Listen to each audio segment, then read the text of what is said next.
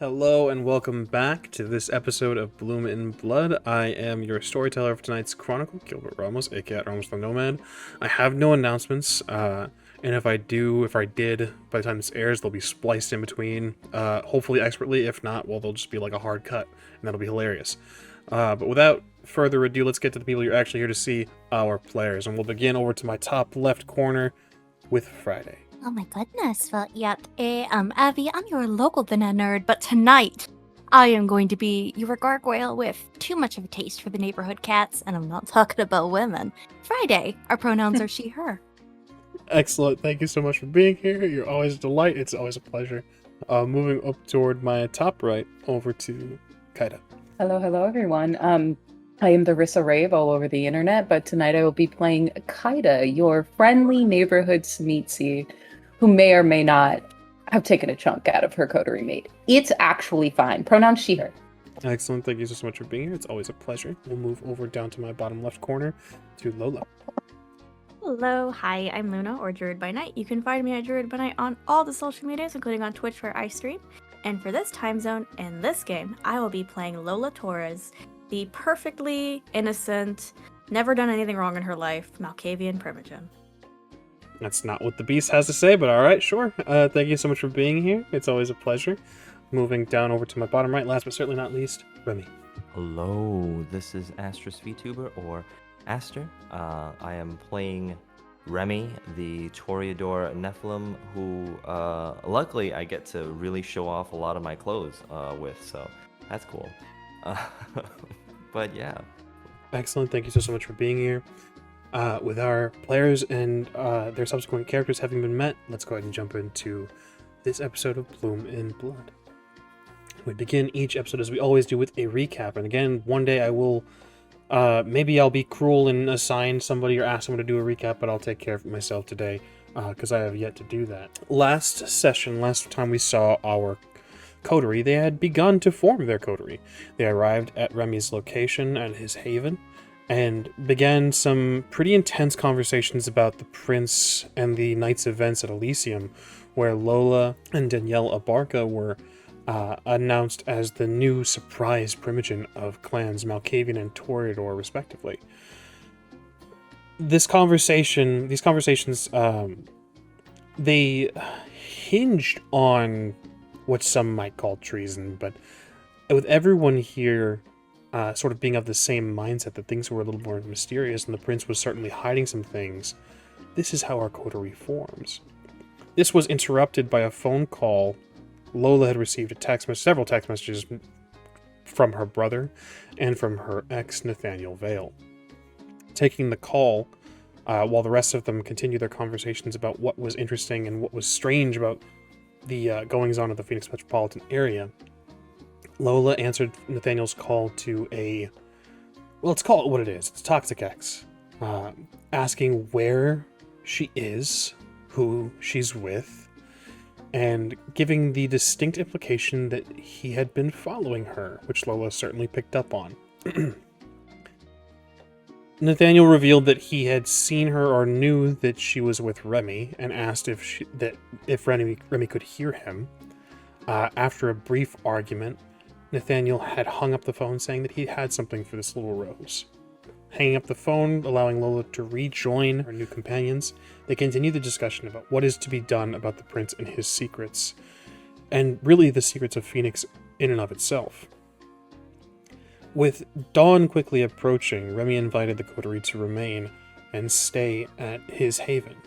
As the sun began to rise, each individual here received a text message or a call or some information as we were closing. Most pertinent being that Kaida had received a message from the prince apologizing for his lack of personal appearance at Elysium.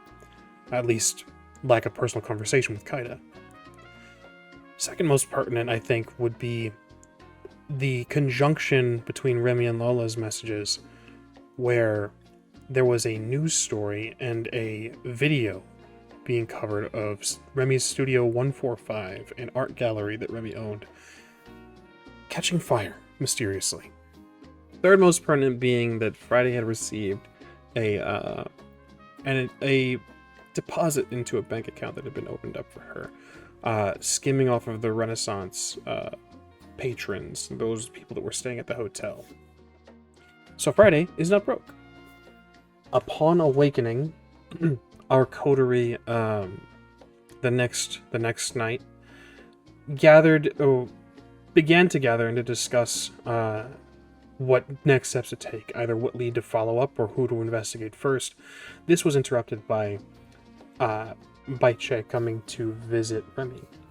Keeping everyone inside the Haven, Remy went to meet him at the stairs. The two exchanged words and conversation about Studio 145 burning down. Che very clearly being there to find Lola, knowing that Lola had left with Remy and the entourage the night before. Remy, showing an interesting degree of loyalty the first night of the coterie forming, did not reveal that Lola was still here, and instead let Chen know that if he did find Lola, he would let her know that the Primogen were looking for her.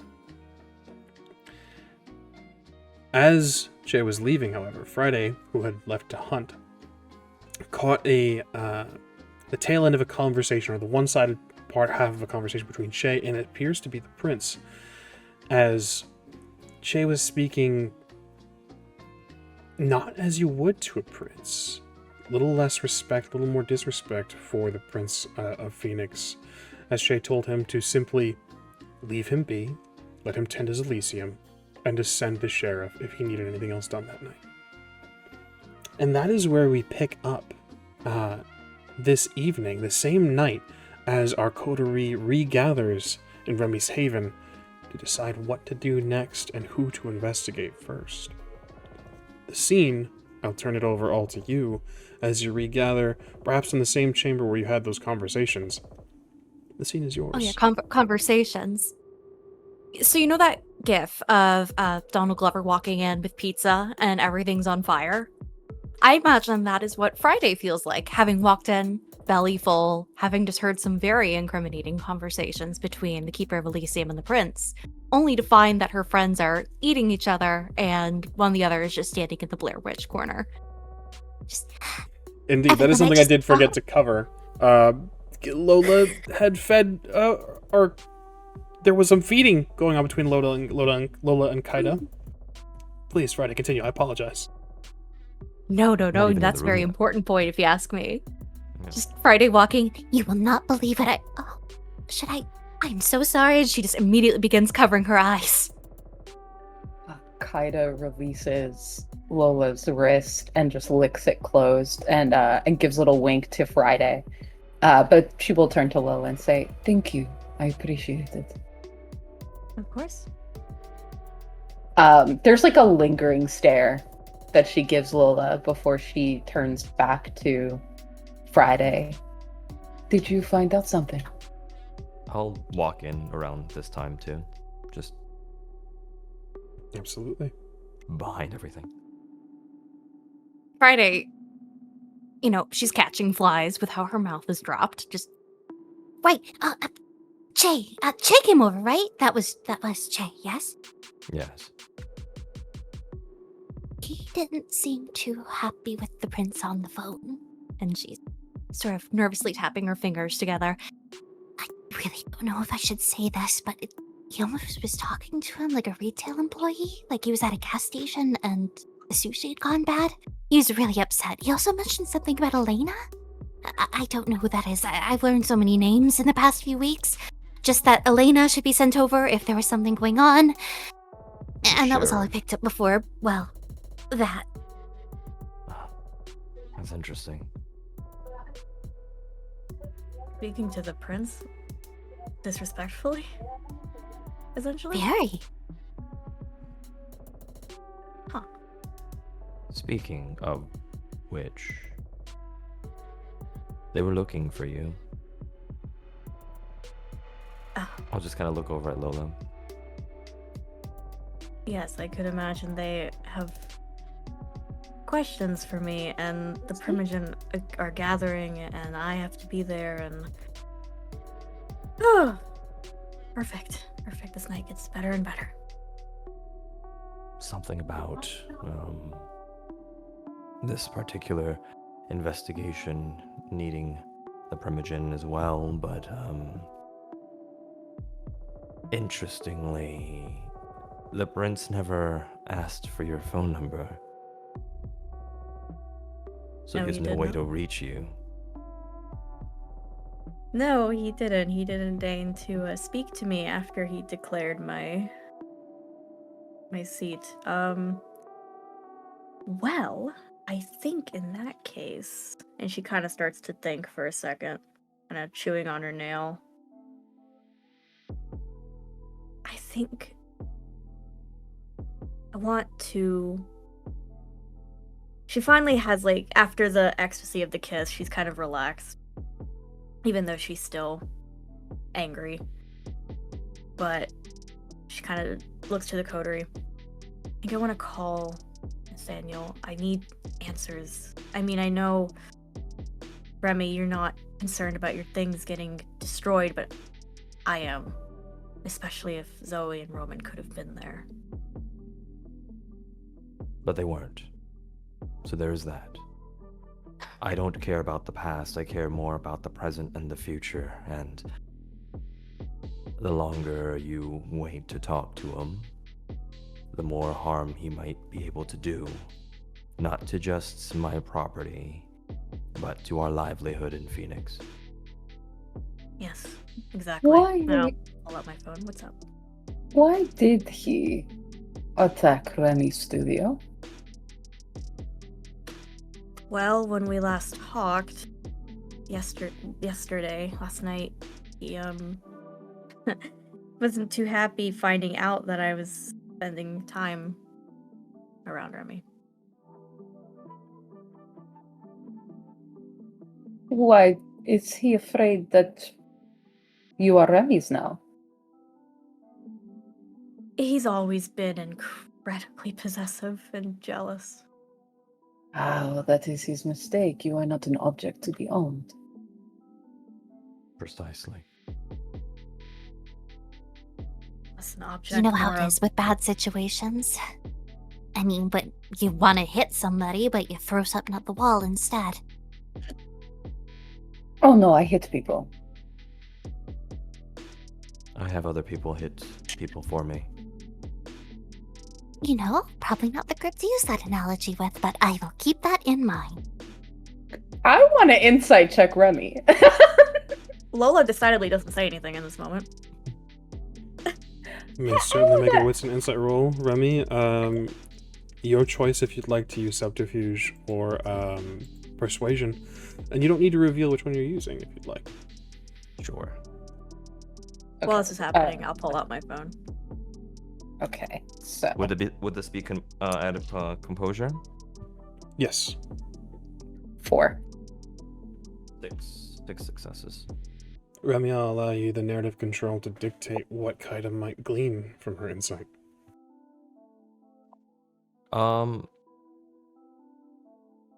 It's a really offhand comment, and with the amount of wealth that he has, you can tell that he doesn't get his hands dirty that often. He clocks that information, but in the back of her head, she's like, "We're gonna get his hands dirty," and just kind of grins. Then looks at Lola. So, what do you want to do? I'm gonna try to contact him. And, you know, if he answers, try to figure out if he has any more plans to do any more harm. If not, fucking go from there, I guess. I mean, Well, report to the prince, but I kind of want to handle this myself. but first and foremost, I don't mean to put labels on anything, especially after all that deal with Nathaniel. But what we've talked about here last night, and even now, there is something that I would wish to keep between us.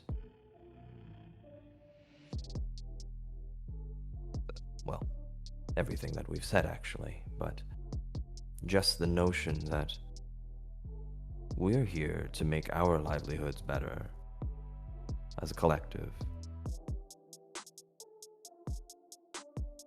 What say you to officially forming a coterie then?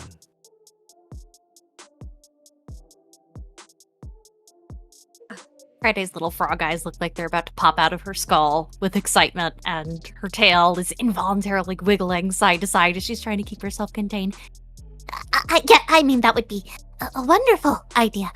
Most efficient, I should think, yes. Family is very important to me. So yes. It's no secret. I've never wanted this unlife or dealing with kindred, but at this point, I'd rather have friends than not. So, yeah. I think we're all in that situation. Let's settle then. Us first. Everybody else.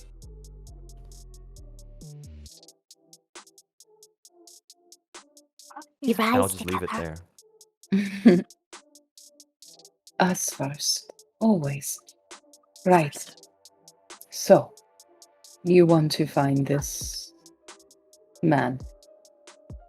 I do, and I'll start pulling up his contact information to call him. You want to call him here and now with everybody present, or would you like to step off to your side and to be alone, or what's the Her game first plan, Lola? instinct is to go into another room, but she kind of forces herself to stand still, and she'll even put the dial tone on speaker. Understood. Rings once, twice. Then it stops ringing. You hear the silence. He's picking up. There's no breathing like when a mortal picks up the phone and is waiting for you to speak. But he's Hello? answered.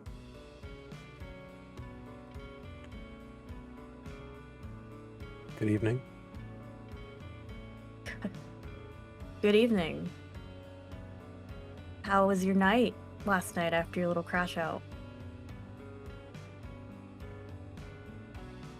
I actually got some really good news. Oh? Yeah.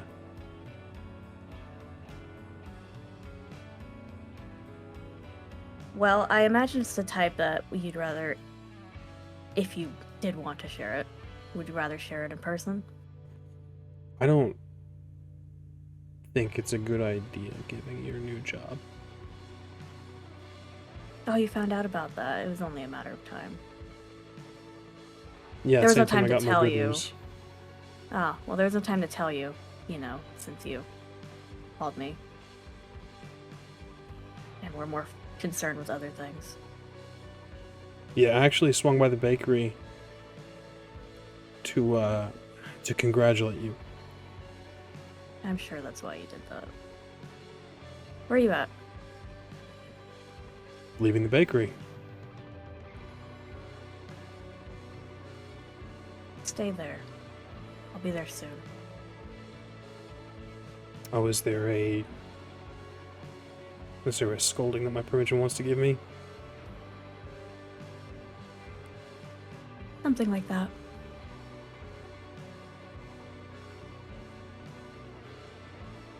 I don't take orders. You want me Say somewhere, what? you can ask. You can ask real nice. Gosh, you're impossible.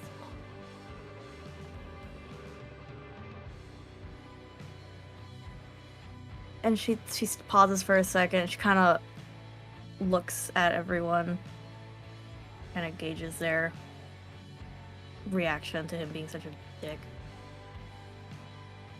There is an unblinking stare from Kaida, and the ever so slight, almost imperceptible shaking of her head. Remy just looks amused.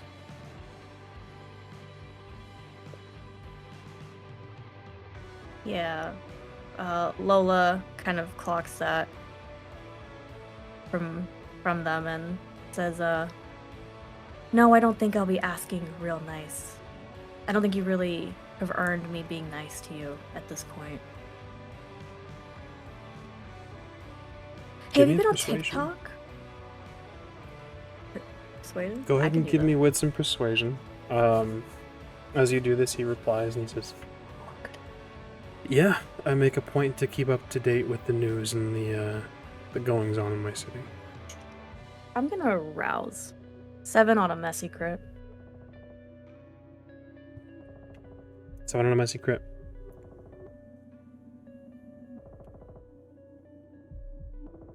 I'll be waiting at the bakery then. Good. See you soon. You hang up. I do. Scene is yours once again, Coterie. What's my thingy storyteller with my messy crit? With your messy crit, give me 1 second. We'll determine that as you guys are having your discussion. Okay. Ida just looks proud. Lola doesn't exhale because she wasn't holding her breath, but it's like she was standing like a statue. She's starts to move again.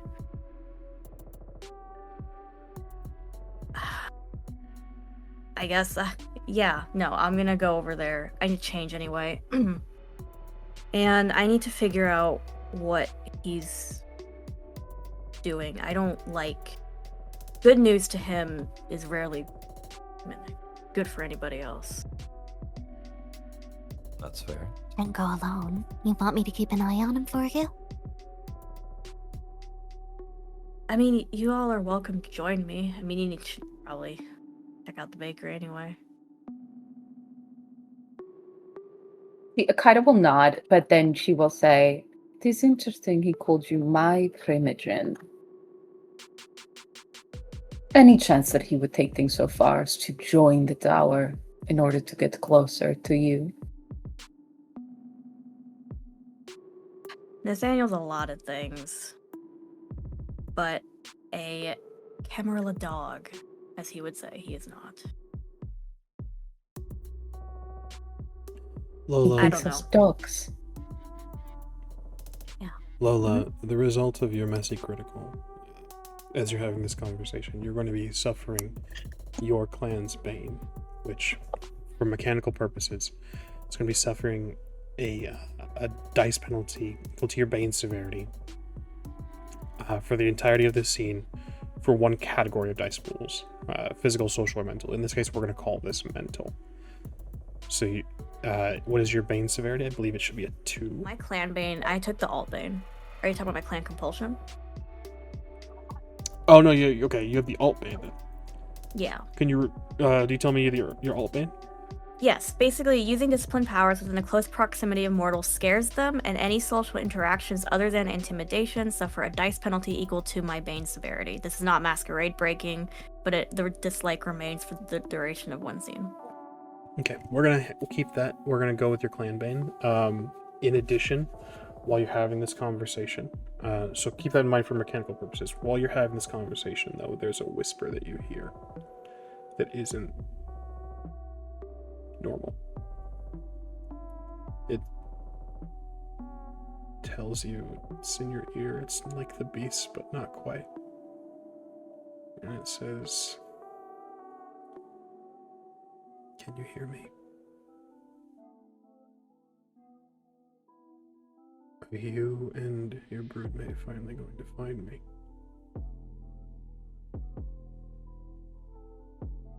Lola does not hide the look of shock on her face, and she's like, her eyes kind of look towards her left shoulder as if she's hearing something.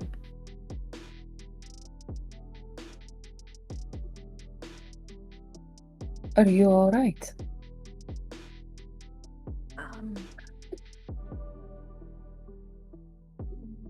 You know, they say Malkavians hear voices. I never had that until just now, and I don't like it. You are increasing in your powers. As kindred age, things are revealed to them. That may be what is happening to you. Maybe. I will mentally reply and say, who are you? There is no reply. She looks perturbed, but shakes her head. All right, well, who would like to come with me? I mean, there's obviously no pressure.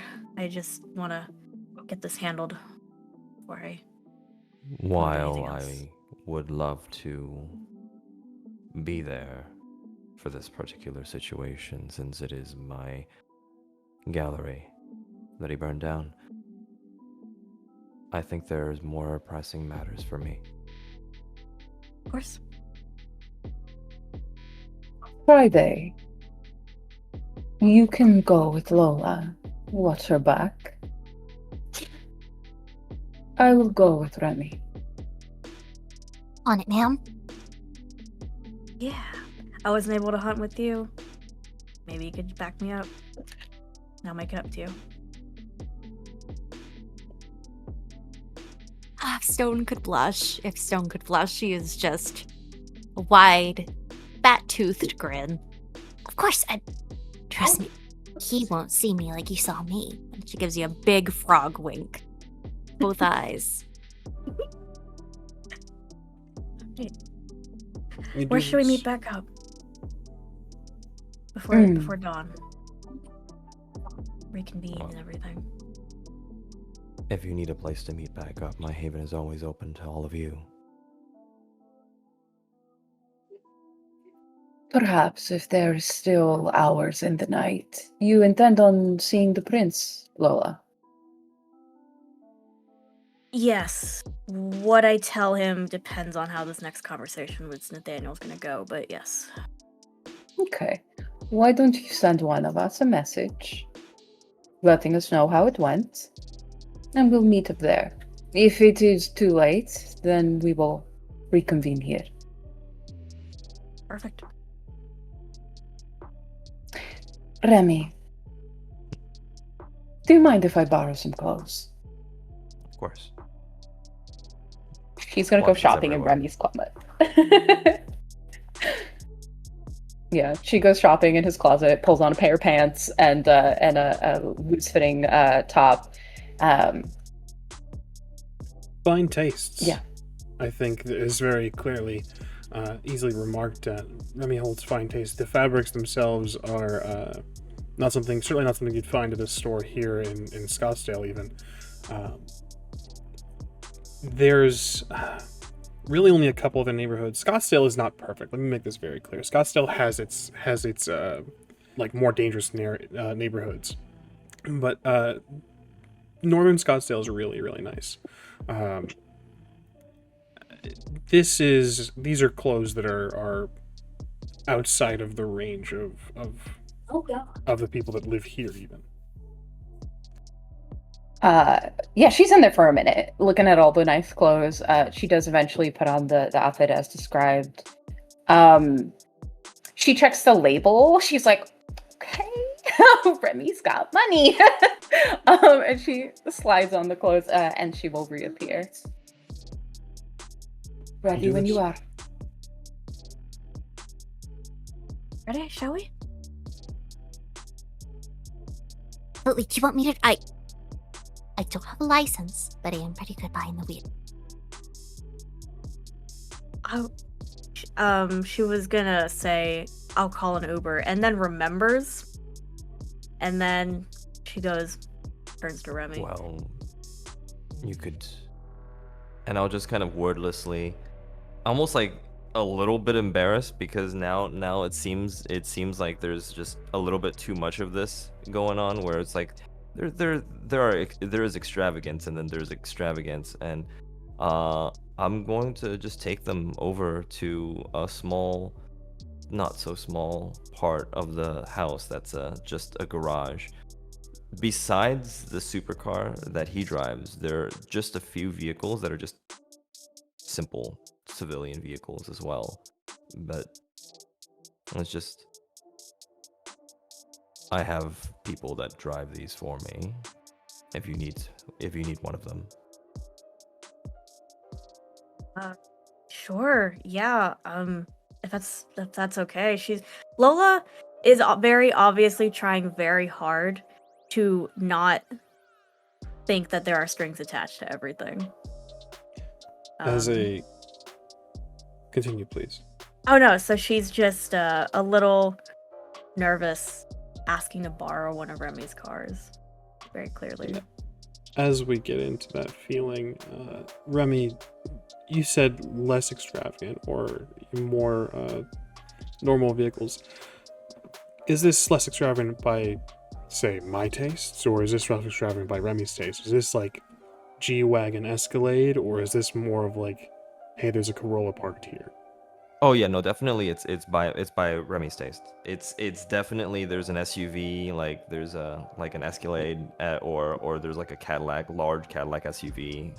That's You have like your choice. black Well, and there's completely. Escalades, there's Teslas, there's I don't think it's out of Remy's purview to have a G-Wagon, so Also, could I make an insight check, seeing the hesitation in some way? yeah, wits and insight, please. Lola, if you'd like to be sneaky about it, go ahead and wits and subterfuge. If you are being, if it's obvious, you don't need to roll at all. I'll roll. She's trying to be subtle about it. Friday's not subtle about it. She's just gonna very gently tug on Remy's sleeve.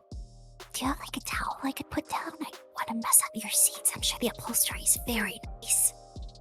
It's fine. I'm sure you wouldn't be able to do any damage to it, and if you do, I'll just replace it. Wow. I rolled It's 3. those 3, by the way. Oh. Also 3. Interesting. Ties go to the active kindred. Remy, I think that having initiated the roll, this would go to you. I think you would clock that Lola's a little hesitant, and there's probably some history of things coming with strings attached. Do with that information what you will. Seeing that, I'll just kind of... We're a coterie now. We've already officially mentioned it. So, whatever I can do to help, I will. Yeah, right, of course. And she'll walk up to fucking an Escalade. I don't know cars. Luna doesn't know cars. Neither does Friday. She's just picking the least expensive one and opening it up and probably dusting off her little ashy hands. All right, my time, lady, and she'll very cheesily open the passenger door. Why, thank you, and I will get into the passenger seat. Remy, are you taking your car? I'm just gonna wait and see if all 3 of them are leaving first. Oh no. Kaida's going with Remy. Kaida stands by your side, Remy. As Friday and Lola depart, they leave your garage. And as the 2 of you stand there, you may initiate conversation, but while that happens, Friday's driving? It's Phoenix, baby. We know we're getting a drive check.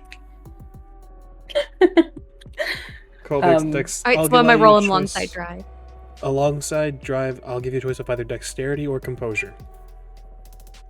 Dexterity is my highest. We're going with that. You may feel free to rouse the blood if you wish. As I'm they rousing the blood. I'm driving in Phoenix. That's so fair. As they leave, Kaida will look to Remy, almost like out of the side of her face, and will simply say, "We will have to protect them." Yes. For multiple reasons. Yes. I hope she has the will to deal with this wayward kindred. She does. I believe in that. It's not necessarily. I don't think it's necessarily a problem. It's what comes after. Hmm. Well, we will deal with it regardless. I'm going to the club. I need to check on Zoe. Okay. I assume Roman would be there, so perhaps I will check on him too. For Lola. Of course. And then I will go over to the Lotus and open the passenger car door. After She'll you. step in. She'll step in with a smile. You do this, Remy. Whitson drive, or dexterity drive, or composure drive. And of course, you may feel free to rouse the blood. I will do dexterity and drive with my celerity rapid reflexes. Excellent. What every driver needs in Phoenix. Fucking true. I hate this place. That is 3 successes. Your successes in Friday? 5 successes. 5 successes. Interesting. Your two parties depart and begin to drive. Doesn't really get too crazy until you're out of Scottsdale. And even especially where Remy lives, it's on the precipice, kind of on the imaginary borderline between Paradise Valley and Scottsdale. Remy, again, lives in a very nice area. Traffic starts to pick up and become a little more... you get to the aggressive drivers when you really start to get closer to downtown. Both of you heading into the downtown area, but no accidents, nothing that you need to worry about along the way.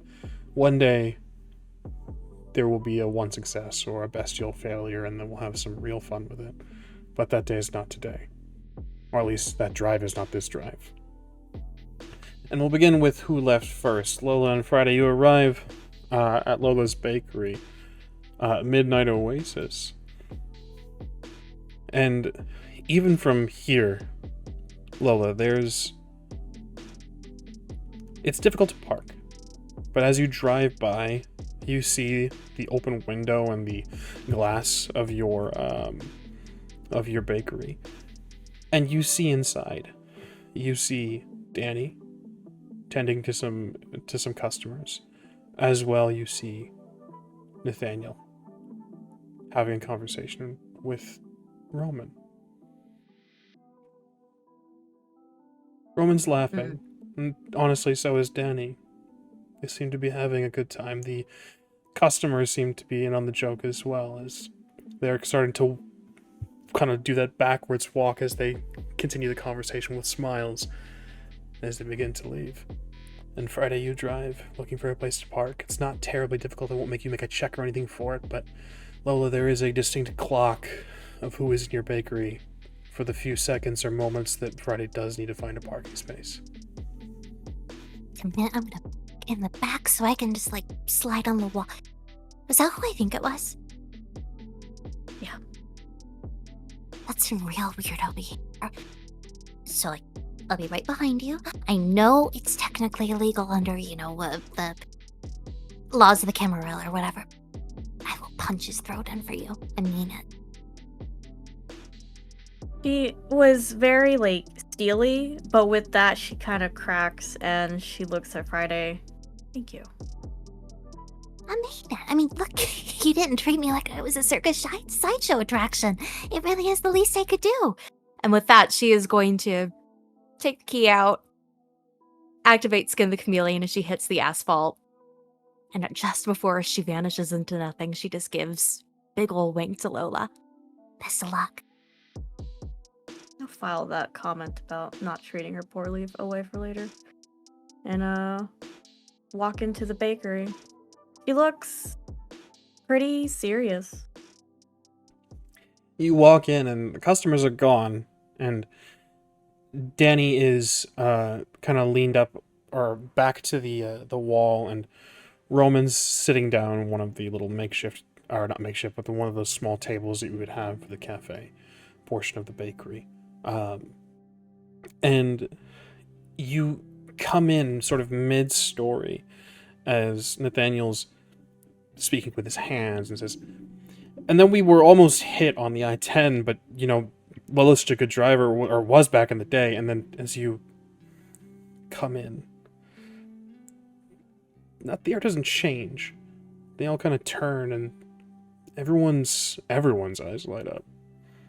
Danny's happy to see her boss. Roman's happy to see his sister, and Nathaniel's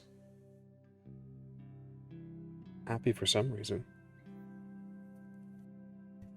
Roman's the first to address you and says, "Hey, woman of the hour, how's it going?" Hi, baby bro. And I'll give him a hug and a kiss on the cheek. He gets up and kind of gives you a big squeeze, not lifting you quite off the ground or anything like that, but he gives you a big squeeze and he says, "Nate was saying that you got a promotion at some conference or whatever, like you have some big conglomerate or like some big partnership now, or big things for the bakery, I guess." He's being real hush-hush about it, I don't know.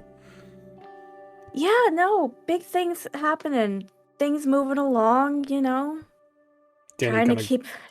yells over the Keep his counter. voice Says, low. "Does that mean I get paid more, or like what's the we franchising finally, or what's the whole deal? Can I drop out yet?" Danny, you're not allowed to drop out. I think I could make it really good in Big Cookie.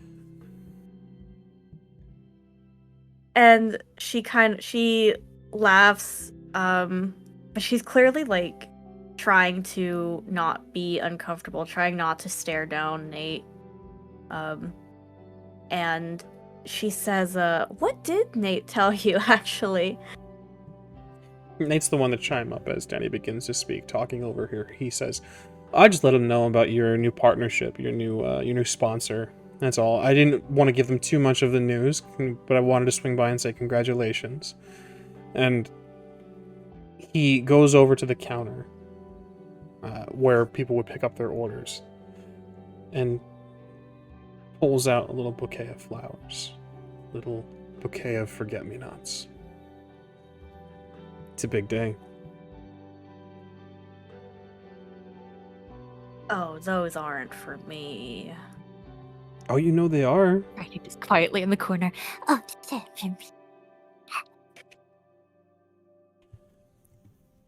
And you can see Roman kind of like, yeah, he's... You know, I don't know why you don't bring him around more. You guys should really come out to Zero Hour together more. I don't know why you guys stopped really... And Nate cuts him off and says, "I just got real busy." And, you know, she's busy, you know, being, you know, entrepreneur, you know, being a businesswoman. Not all of us have time to get drunk every night, Roman. And Roman kind of smiles and says, "Only I can be so lucky, I guess." Speaking of, I think, are you headed to 0 Hour tonight, Rob? I was gonna, but... I mean, you heard of what happened at the art gallery? Yeah, I did. Yeah, really Zoe's real unfortunate. beat up about it, and I wanted... She says she wants to be alone for a little bit, so I'm trying to give her her space and not be helicopter partner, boyfriend. We haven't put a label on anything yet. Okay, did she say she wants to be alone and like look really serious, or did she like give you a last look before she left? I don't know. I just... Is there like a message I miss? And Nate kind of just nods. And he looks at Danny, and Danny's just like rolling her eyes. Did I fuck up? You should probably head over there. Fuck. I didn't know there was like a whole like other like and he grabs from like the little like display tray of baked goods. He takes a couple conchas, doesn't pay for them, and kind of takes a few steps out and says, I'll get you back for this, I promise. Drinks on me next." And he continues outside. When he leaves, she turns to Danny. How many how many hours has the bakery been operating tonight? Tonight, oh god, what did we say your operating hours are? We went over this. We did. We wrote them down. I think that it opens at 10 or Somewhere. 11. It's in the it's information, the key locations. yeah, it's only just opened a couple hours ago, maybe. Okay. Yeah, it opens at 10. So she'll turn to Danny and say, "Why don't you take the rest of the night off? You've been working, you've been opening and closing, and It's I can so handle early. it tonight." Yeah. Don't you have things you'd rather be doing? Oh, we got like business. We got like Amazon backer money, huh? Okay. And she gathers up her laptop. I'm just saying, a raise would be really nice. A raise would help pay for textbooks. I didn't get a scholarship. I'm not like one of them hoity-toity motherfuckers. I will work on getting you a raise. I'll see what I can do. All right, with your fucking Amazon money. Thanks, boss. Have a good night. I'll give her a little hug. She gives you a hug. Kind of makes like a little kiss face as she goes out the door. And it's just you and Nate. His smile I'll give it persists. a few moments for her to walk, to her car, and then I'll go lock the door and flip the sign. Oh, it's that kind of conversation. Turn around, arms crossed. Why the fuck did you do that? Do what? Do what? The studio? The art What makes studio? you think I did it? Don't play coy with me, Nate.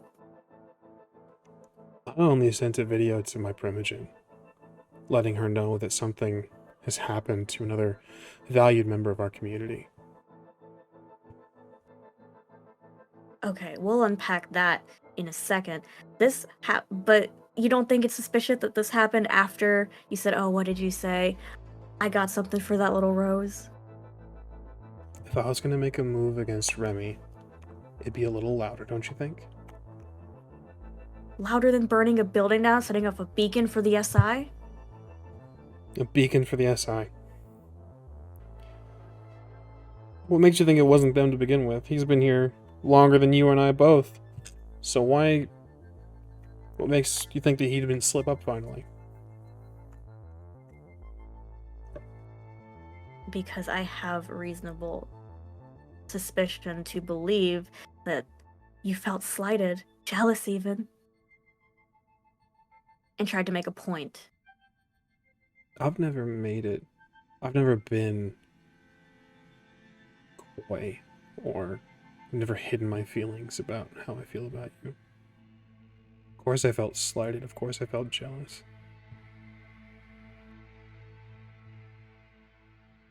And what about the people that were around the building? The volunteers who tried to go in and help anybody who could have been in there, walking out looking like they were under the effect of dementation. We both Well, got that gift from Lydia. It would take quite a bit to prove that. Lola, give me what's inside.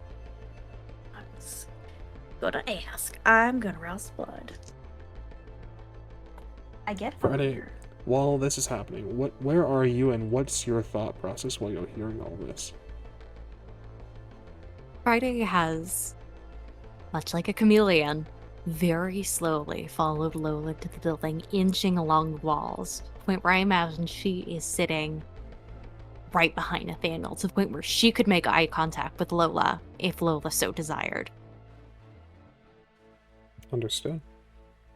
And her intent is to follow him out just to see what he does. He makes Gonna me so willpower mad. reroll. Wish for a crit. We hate Nathaniel in this house. Well, no crit this time, but 5 successes. 5 successes. Easy enough. You know he's bullshitting. This is very clearly like This is the speech pattern that you two would make fun of whenever people were talking on the phone about kindred business, trying to avoid SI. He's avoiding certain words. He's avoiding saying certain things and giving any concrete sort of answer. This is bullshit. This is what you guys would laugh about together when you guys would talk about other kindred.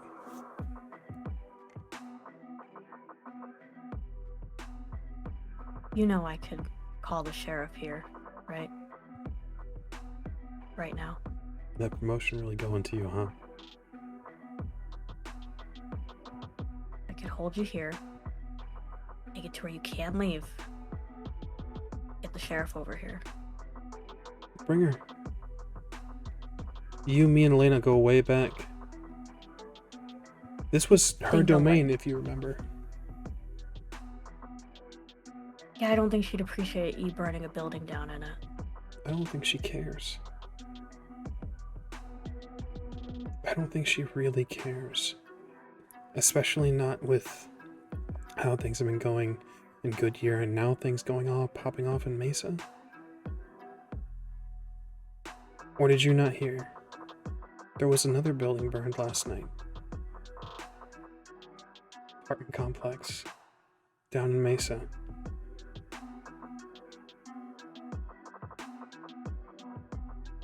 How's that for a coincidence?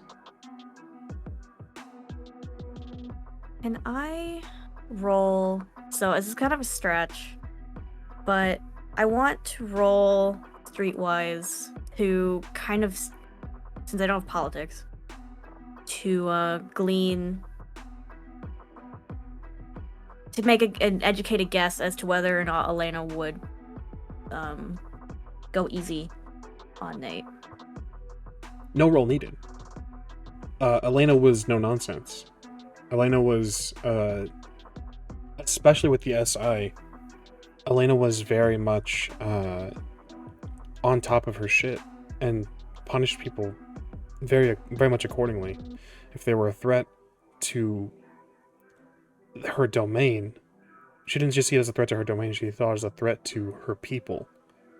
What Nate did here would... a chewing out would be the least of his concerns. Heard. What are you doing, Nathaniel? What's the goal here? Are you just gonna burn buildings down until I take you back? Or until I stop hanging out with other men? I brought you flowers to apologize. Apology not accepted. They're your favorites. They were.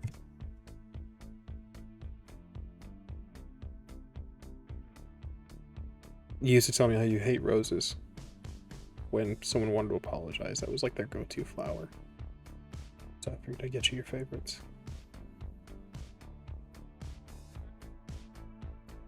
But to answer your question, no.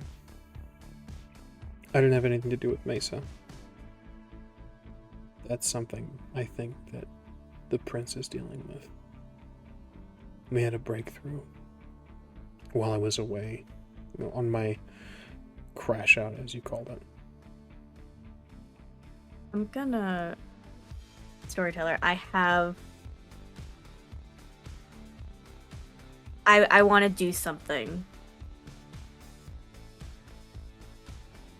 I want to make a hand motion, whether it's stealth or larceny, to signal to Friday to record this conversation.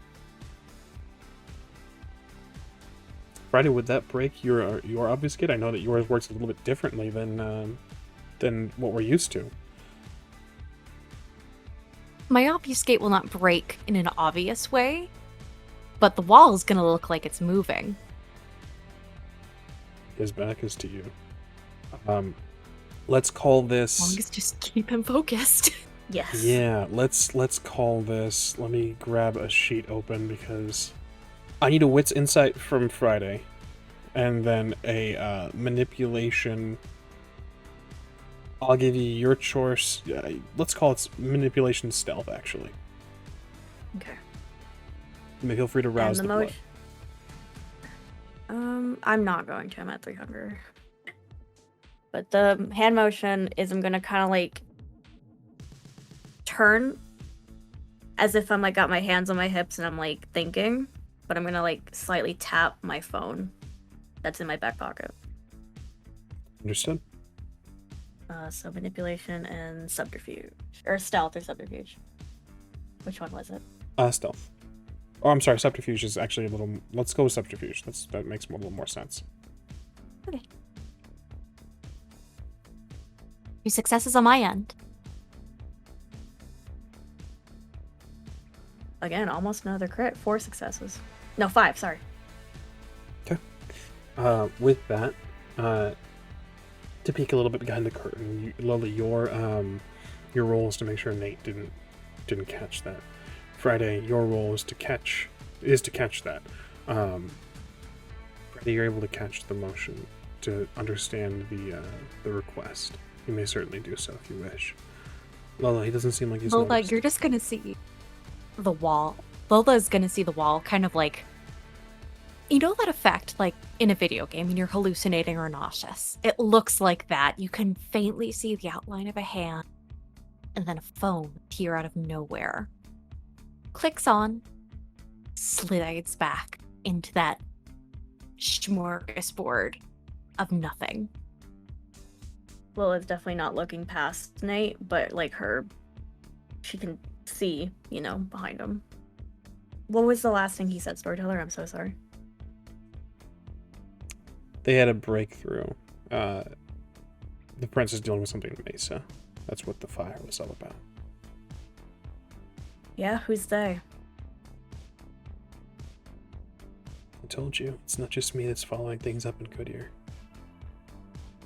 There's a new cat in town who's helping us out. We think we know what is being hidden. But our new guy, he's been real helpful, actually.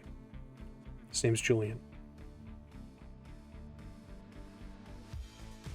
And I wouldn't happen to know anything about this person.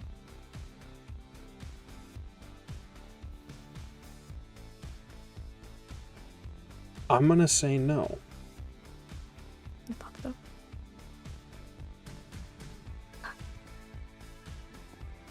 Yeah? And this cat is what? Investigating what the prince is up to in Goodyear. He's looking for something. It's contested territory, and we think we know why. It's not just the resources and how... It's not just the monetary things can come with. He's looking for something. We just don't know what yet. Julian has some theories. And I think he might want it too. So he's less of a friend and more of a tentative ally.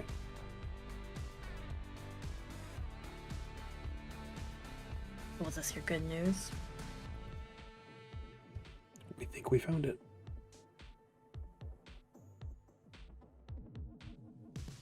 Well, what is it?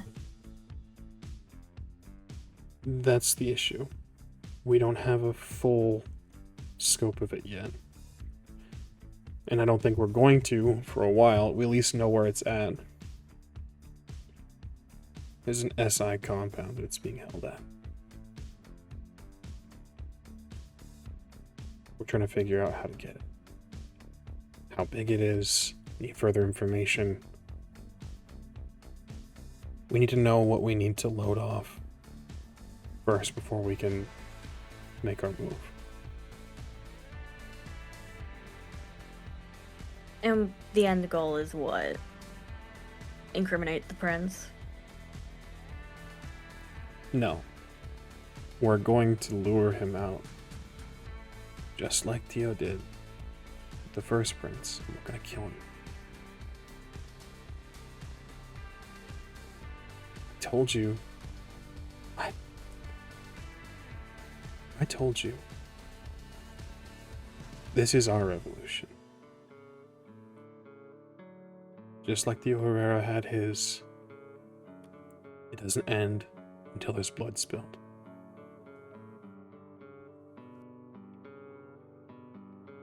You always wanted to be bigger than you are. I know what I'm worth.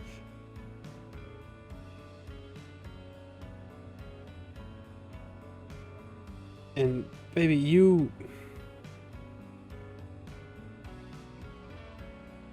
I know what you're worth too. And you don't have to just settle for this shiny collar that you got.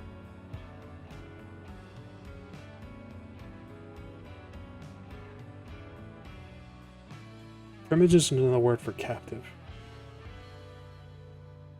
I've heard the speech. You don't need to give it to me again. Look. Call me a romantic, but I'm not going to give up on you. If you come to your senses, I'll be in good ear. And if you want to sick the sheriff on me, you want to have Elena come to my doorstep, I'll text you my address.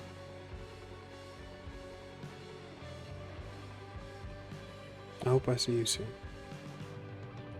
He leans in, he kisses you on the cheek, and he begins to take his leave. She doesn't turn to stop him, but quickly, I wanted to, as I've said in previous sessions, I don't want to be that person. But can I insight? Specifically, I'll give you my address. I don't want to be potentially throwing Elena into a trap. Go give me what's inside. Only 2 successes. Difficult to say. Maybe when you have the actual address, you can look into it and see what surrounds it. What could be the area. Well, and just words like that, it's difficult to say.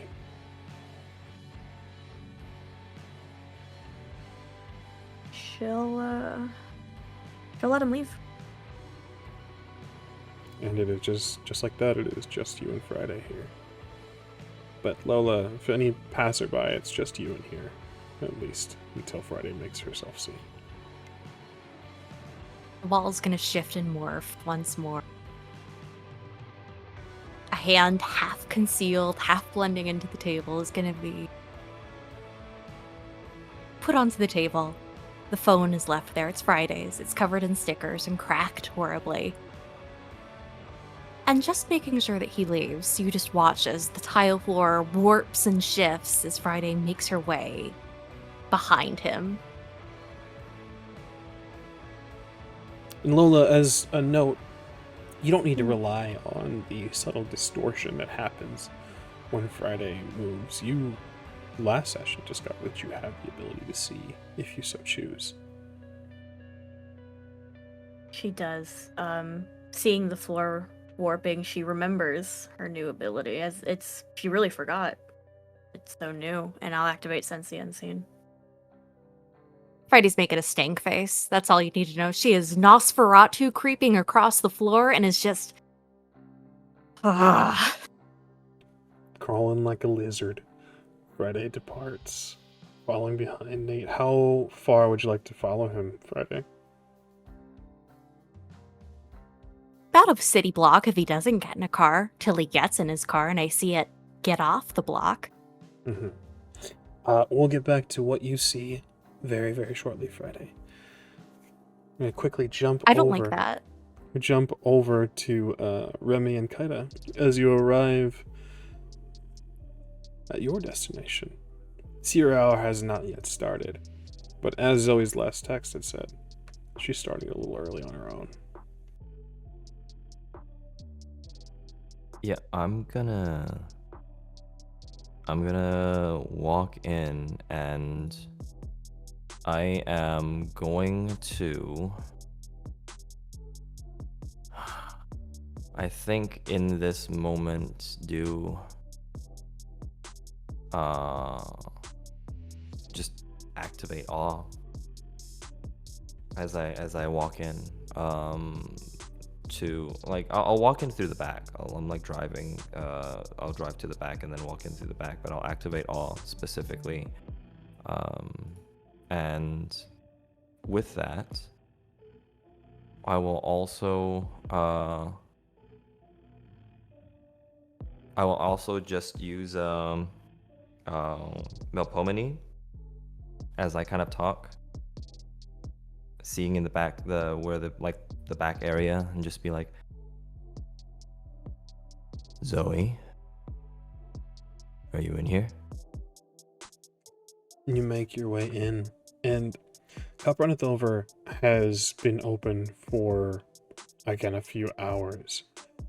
And have your actions. Before we jump into all of that, I will say, Remy, as you enter, I must ask you, is this a smoking establishment? Do you allow smoking in here? Do you allow vaping in here, is the bigger question. Yeah, I would say so. There is a haze that lingers. It's not in the full swing of things, but these early birds that come to Cup Runneth Over have the drinks before the dancing really starts. And through the haze of fog and vapor, you see Zoe at the bar, having a drink.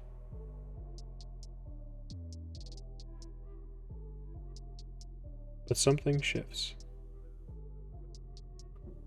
It's like a memory that intertwines. This feels very familiar. Through the haze, into a crowded club or bar, looking for someone you care for. Do you think that memory is, Remy? I would say the closest to that memory would be the night that one night he woke and his sire is no longer there. And through the establishments that they wanted, that they usually perused and spent time in, specifically activating his powers, it caught his attention. A small speakeasy that was behind a tailor store. And the same haze, same clouds. But where Zoe was, Remy did not find his sire back then. And it was almost as if the entire situation, that entire feeling, was just deja vu from a silent film up until I see Zoe. And this overlay, this intermingling of past and present, much as your voice breaks everyone's attention and pulls it towards you, is a voice that breaks it and pulls your attention back to now. But it's again that overlaid. Someone says your name, someone puts their hand on your shoulder, and someone says, Remy. Remy. You look and it's Kaida. She says, Remy. Remy? Kaida Are is you blocking okay? your path. Okay. She is like hand on shoulder calling his name. Are you okay? And she doesn't try to go in front of him. She just kind of leans her head over his shoulder. I'm fine. You're blocking the way in.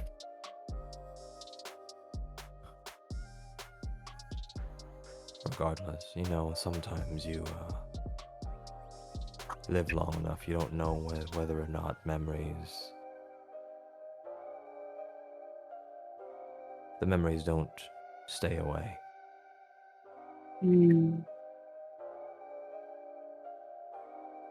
Yes. But that's besides the point right now. Something to talk about later. If it requires words. And I'm just going to continue talking. And also, out of curiosity, is Kaida affected by my voice at this point? I believe it's a contested role. Since Kaida is a kindred, and even though Kaida's not expecting, I believe it would be a contest. So if you want to pass along that contest, that would be awesome. Sure. What am I rolling? It would just be the one for awe. Even though you're like kind of seeing him, you don't know that he turned it on at least. So it's composure and intelligence. 2 successes? I don't know if that's enough. 2 successes though. And Remy, the result. 7 successes. Certainly, Kaida. Remy in this moment is beautiful. The voice is silk. It's a hypnotism almost, and you check on him and there's something beautiful. You've never realized it. How endearing, we'll say, Remy can be. Especially in these moments where it's almost vulnerable. The confession of a memory.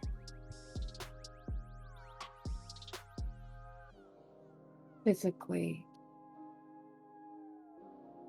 her metallic hand comes up and grazes along his jaw and her essentially what would be fingernails, right, on this metal arm, graze his mouth, because that's where the sound came from. That's what's enrapturing her.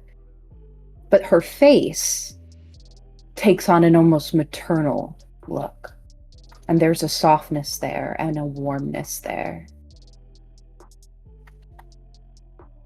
And she just simply says, "You are not them." No, I suppose not. She'll remove her hand and give him the space.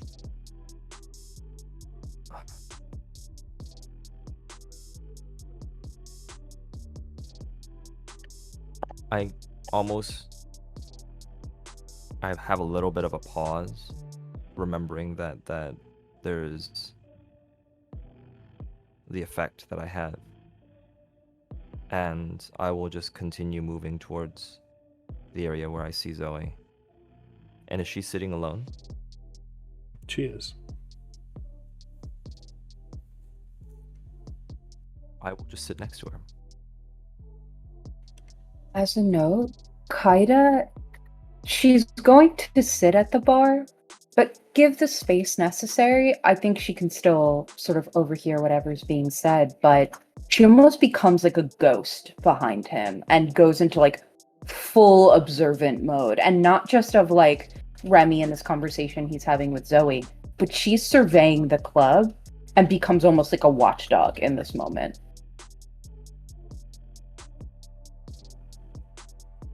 You do this, and Remy, you sit down, and Zoe speaks up and says, "Hey, Remy, how's it hanging?" And takes a drink from her glass. How many has it been? This is my 4th. And don't worry, I'm nursing this one. Where's Roman? I told him I wanted to be alone, and he listened. For once?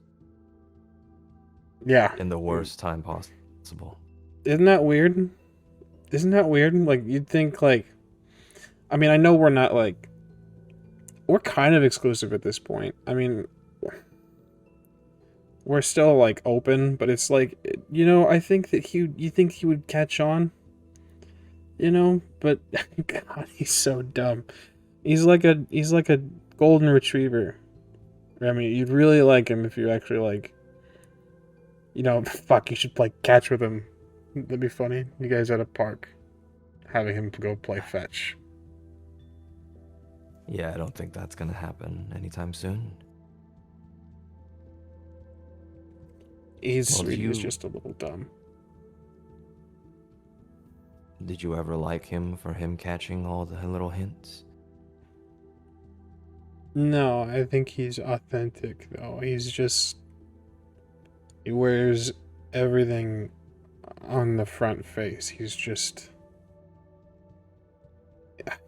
easy to read. He's like,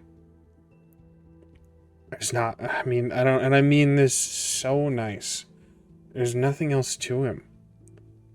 There's no like hidden agenda. There's no like skeeviness. We had a conversation like recently about like just like the relationship, and we didn't like hammer down like a word for it, but like he wanted to make sure that like I was comfortable and that he knew that, or that I knew that he could, or that I could like pursue somebody else, but he's just chilling. Isn't that sweet? Well, it is a little sweet, sickly, so even. But I think people who are innocent enough to even talk like that, at least you don't have to feel so guarded. Yeah. I think the like and like I don't know, like he's so like careful. It's sweet. Like I know he finds the dancer attractive, but like he's never like he like makes a point to like have eyes forward at all times. He's like afraid to like be caught. And like, I'm looking. Have you seen her? The one with the arm? I'm just gonna kind of like turn over and Kaida just waves with her metal arm. I have.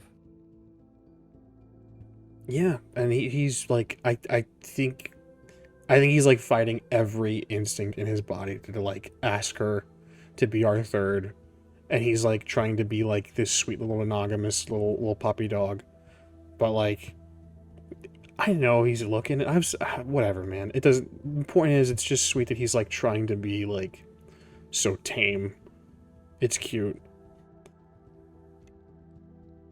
Well, whatever makes you happy. And what I think would make you happy right now is if he was here comforting you as well. Yeah. I think you've outgrown talking to me in these types of manners. Just I was working so hard on it, you know? I know. What? Sick? What? I mean, like, you see, like, protests where people, like, throw, like, pea soup at paintings and shit, but, like, who the fuck lights a fire on an art gallery? That's, like, it's crazy, dude. That's, like... Well, the news especially, didn't rule out an accident yet, so it could be. There's no way. There's no way. It was, like...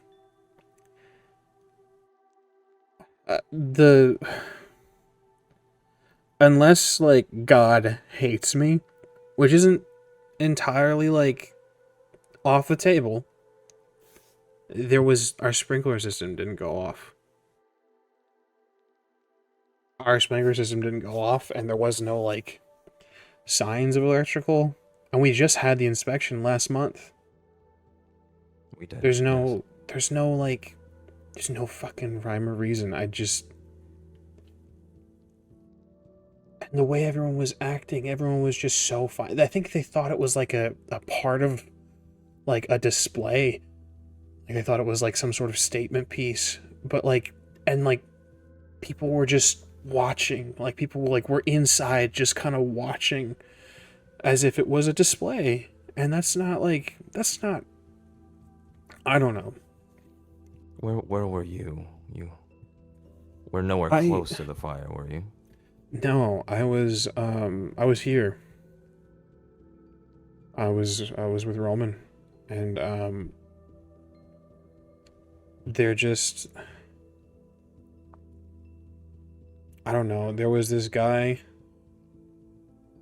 that came in and like offered to buy us drinks, and so we came from the studio to here.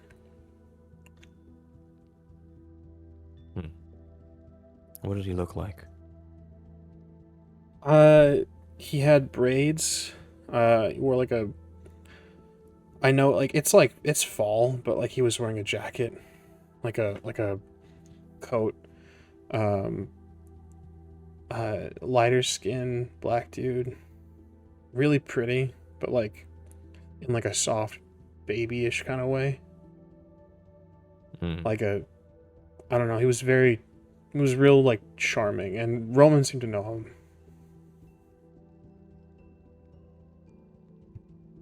ST.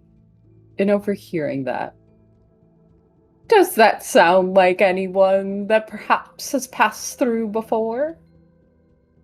Remy's Yeah, not here usually. He doesn't usually come to the club, but Kaida does all the time. She works here, so she's always keeping an eye out.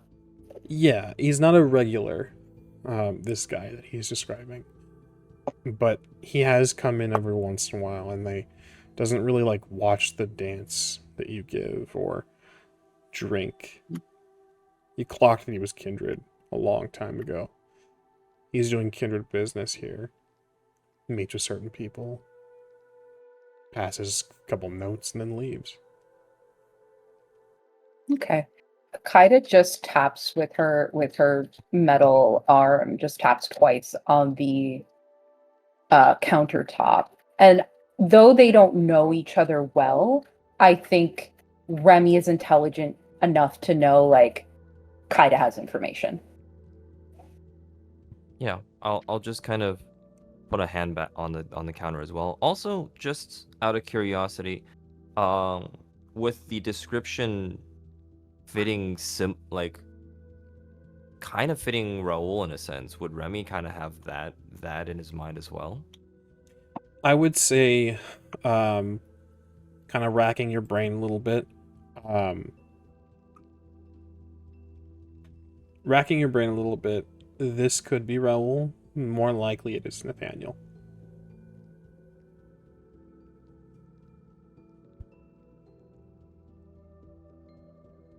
So you're You've alive. been, you've been here long enough to. You've been here longer than everybody else. I think that it's entirely within reason that you know who Nathaniel is. If you remember him, that's an entirely different factor. Because again, Roman is Yeah, out of sight, out of mind. I'll just kind of turn and look at Zoe and just, you're alive. Roman is alive. And you were nowhere near that fire and you were not hurt. Yeah, I guess I should thank the dude. I guess like a little guardian angel. Regardless of who you need to thank, this isn't the end. It's gone, yes, but it's replaceable. Remy, you know that's not how art works. I know, And she kind of like rests her but head on her hands. you also know that art is always fleeting. The art was, once you put it in that gallery, it really wasn't yours. When it was yours was when you molded it, when you painted it, putting it all on the canvas. That was you. That was your art. That's what you got to experience. And that's.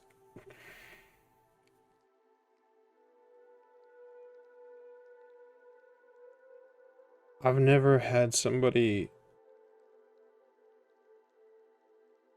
I've never given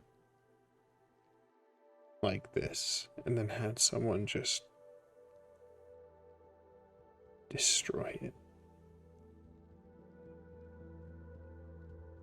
What?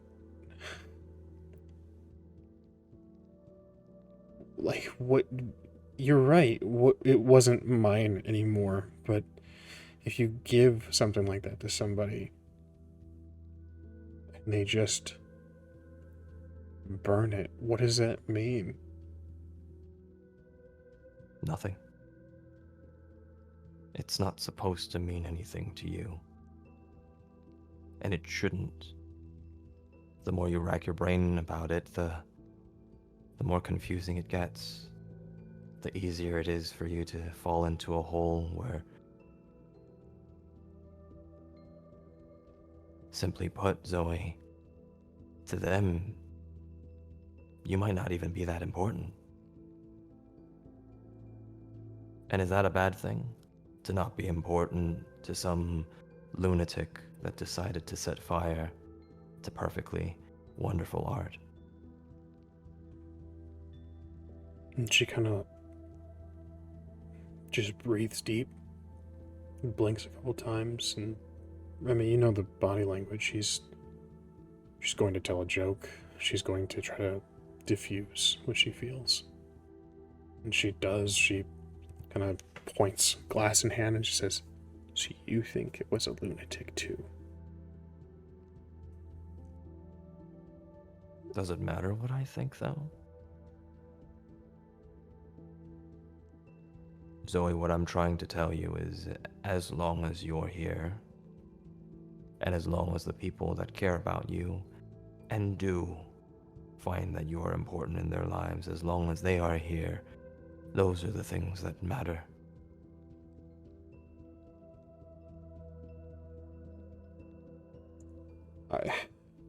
They're gonna close the studio for, I don't know how long they said they're gonna do an investigation.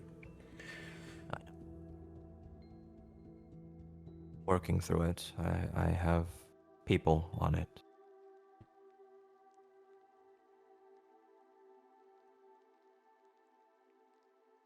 But you still have the apartment. You still have time. You still have Roman. And you have me. It's at this moment that you see a young man, Remy. Kaidi, you recognize this young man. Coming in carrying a few conchas, baked goods. He looks like he's ran here. He's sweating a little bit. Fall though it may be, it's still pretty warm out tonight. He comes in and says, "Zoe, hey, I know you said you wanted to be alone. Hi, oh shit, he is looking at you, Remy, and then he quickly glances over to Kaida, and he looks at you, Remy, and he says, sorry, I didn't know that, Mr. Remy? Is that sounds weird. Remy is fine. It does sound weird, doesn't it? And I'm assuming you're Roman? yes, sir. That's me. I brought, and he kind of holds out this baked good, this piece of bread to you with sugar atop of it, Remy. He says, I can go. I didn't know you doing the comforting thing, so I just... You stay. And I'm not one for doing any of those threatening things. I just want Zoe to be happy. And I want you to be happy. So stay. Kaida, you see, as Remy's turned to look at Roman, facing away from Zoe, but Kaida, you see Zoe kind of smiling, just watching her stupid partner fumble this meeting with Remy. And this meeting with her dad, yeah.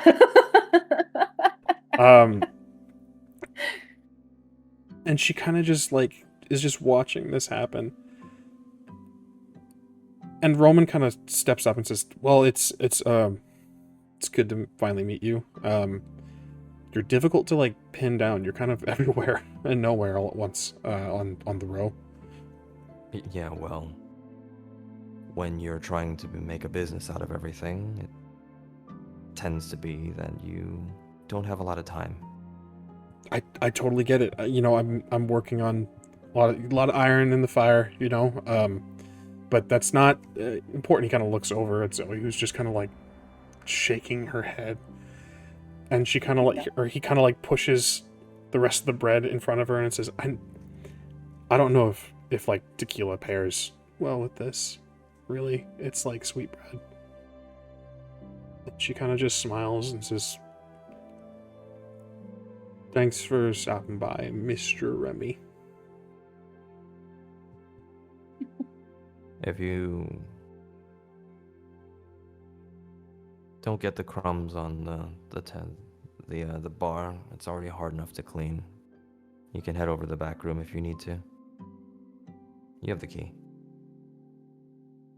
She kind of raises her glass, and Remy's like, "Okay, that's sure. Kite, are you working tonight?" And Remy, you see it. That description that Zoe gave of him, like eyes forward always, like eyes are pinpoint on your pupils, Kaida. Not looking at any like shoulder, bare skin, like nothing. He's just blinders. Roman. Go ahead. I'll wait. I'll wait. You can. Kaida just grins and says, "In a manner of speaking." Roman, how about this? As a gift for comforting Zoe here and finally getting the message and getting back here, your drinks are free tonight. But don't overindulge. Yeah, sure.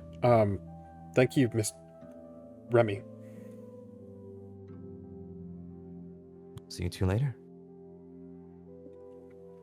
And Get up. as you and Kaida are departing the space, you guys take a few steps as you guys are getting close toward the entrance.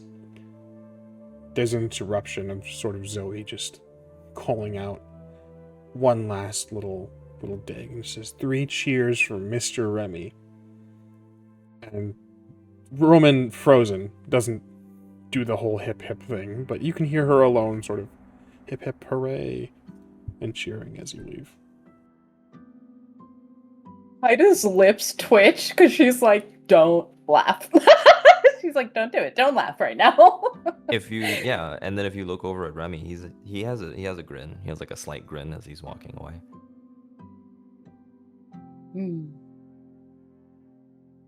You seem to collect innocence, Remy. It's hard to find. She is beautiful.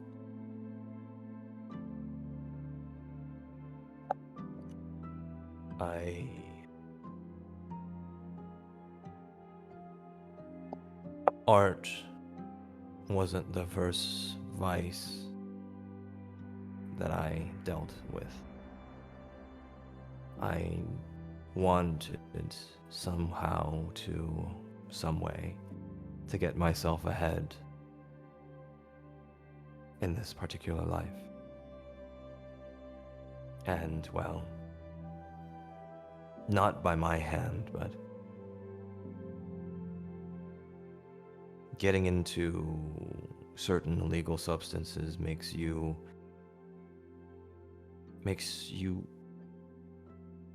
more in tune with the people that use them. I found her. Both parents overdosed as a baby.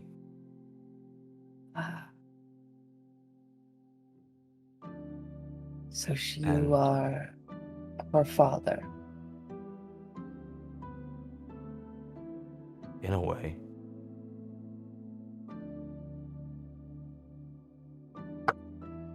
I don't deal in those things anymore.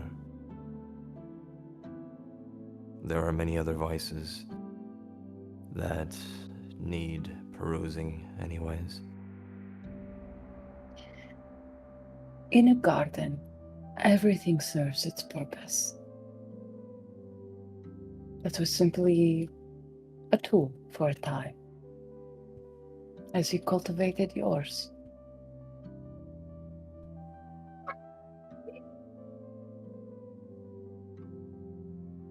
It's, well,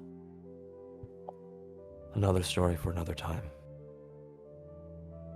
Good thing we have lots of time. By the way, the man she mentioned, not a regular, but comes in here often enough, meeting with other kindred. Passing With other notes. kindred. Oh, yes. The description fit two people that I know, and one of them is Nathaniel. I'm willing to bet it was him. Which means he knows how much Zoe and clearly Roman mean to both you and Lola. Which, interestingly enough, opens another venue, because this is a person that wanted to antagonize me, Mm. antagonize Lola in some way, but did not want to alienate us. No. If you are hanging with Lola, you are a threat. In that way that men often become jealous. But he couldn't have Lola hate him. He still needs her.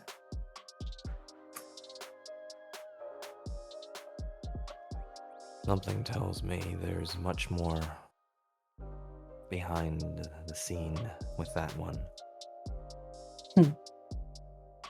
But I have other things to take care of, and other people to talk to. Specifically, Patermuster. Does this clock as a name for me that I am aware of as a fixture in the city? Yeah. Absolutely. Okay. As this is spoken, though, we are going to pan our camera away from the two of you and over to Friday as you follow Nathaniel Vale silently, like the lizard clinging to the concrete. You follow and you listen. Right behind him, unbeknownst to everyone else around you, he doesn't breathe. Again, there's that silence.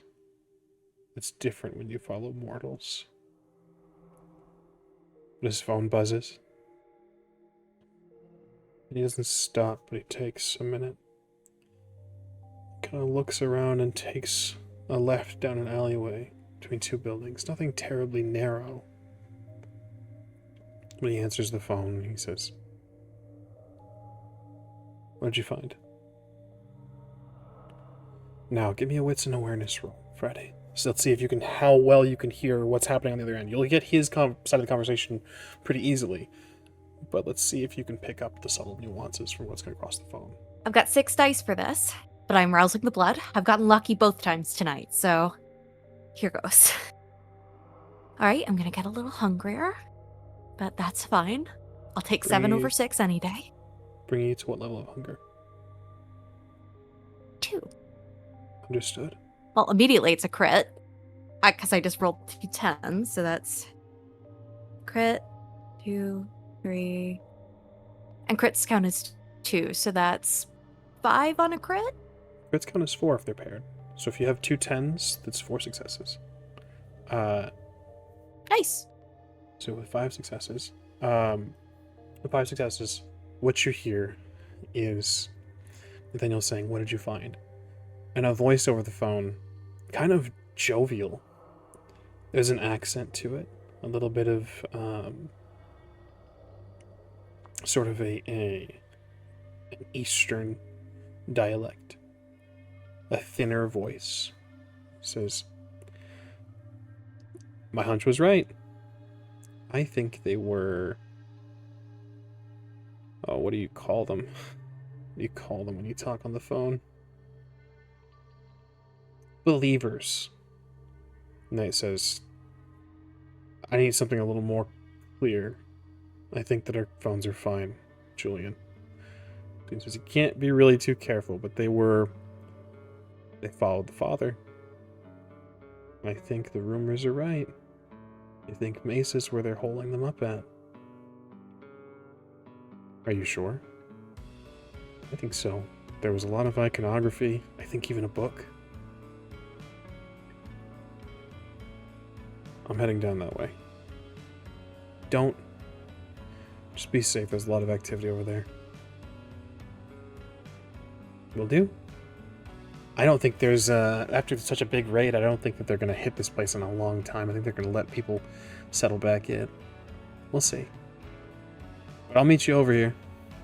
See you soon. Nate picks up his phone. And he kind of looks toward the sky. Fucking Sabat.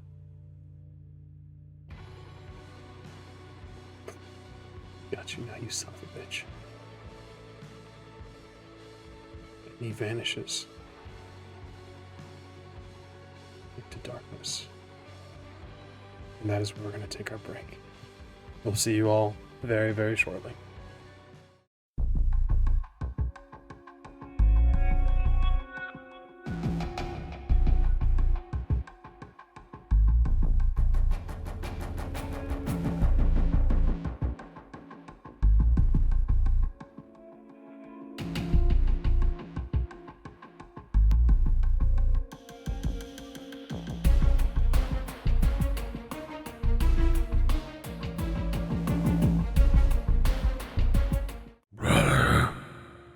Long have you been my warden? Did you think you could stop all of my plans? I know you can feel yourself fading, growing weaker as my contingency unfolds. Brother, don't you see? In the end, we are nothing alike. I know you have assembled your own consortium against me. So, brother, when you fall, just as the shattered gate watched before you, this eternal vanguard and the entire multiverse will contest with my ignited.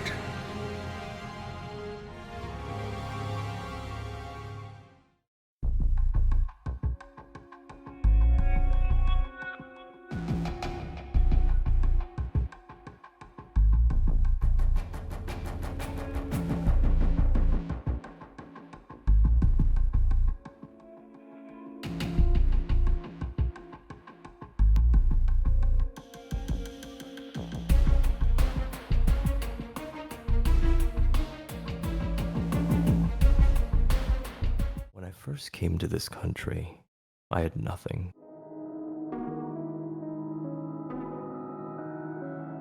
Have you come to kill me?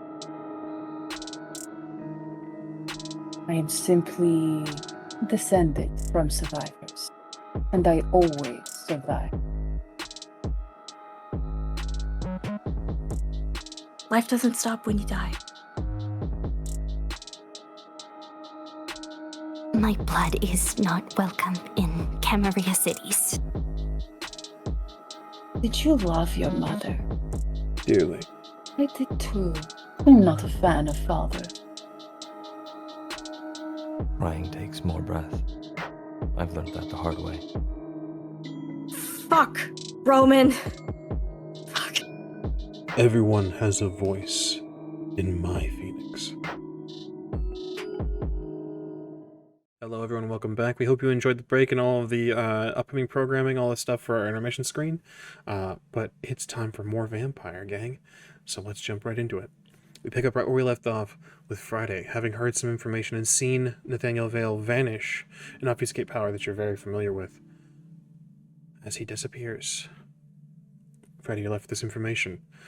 Key words stick out to you, I think. I think the last word he had spoken that was of note was Sabat. Another word that was very interesting, I think, to you was raid. You heard over the phone. We join you, Freddie.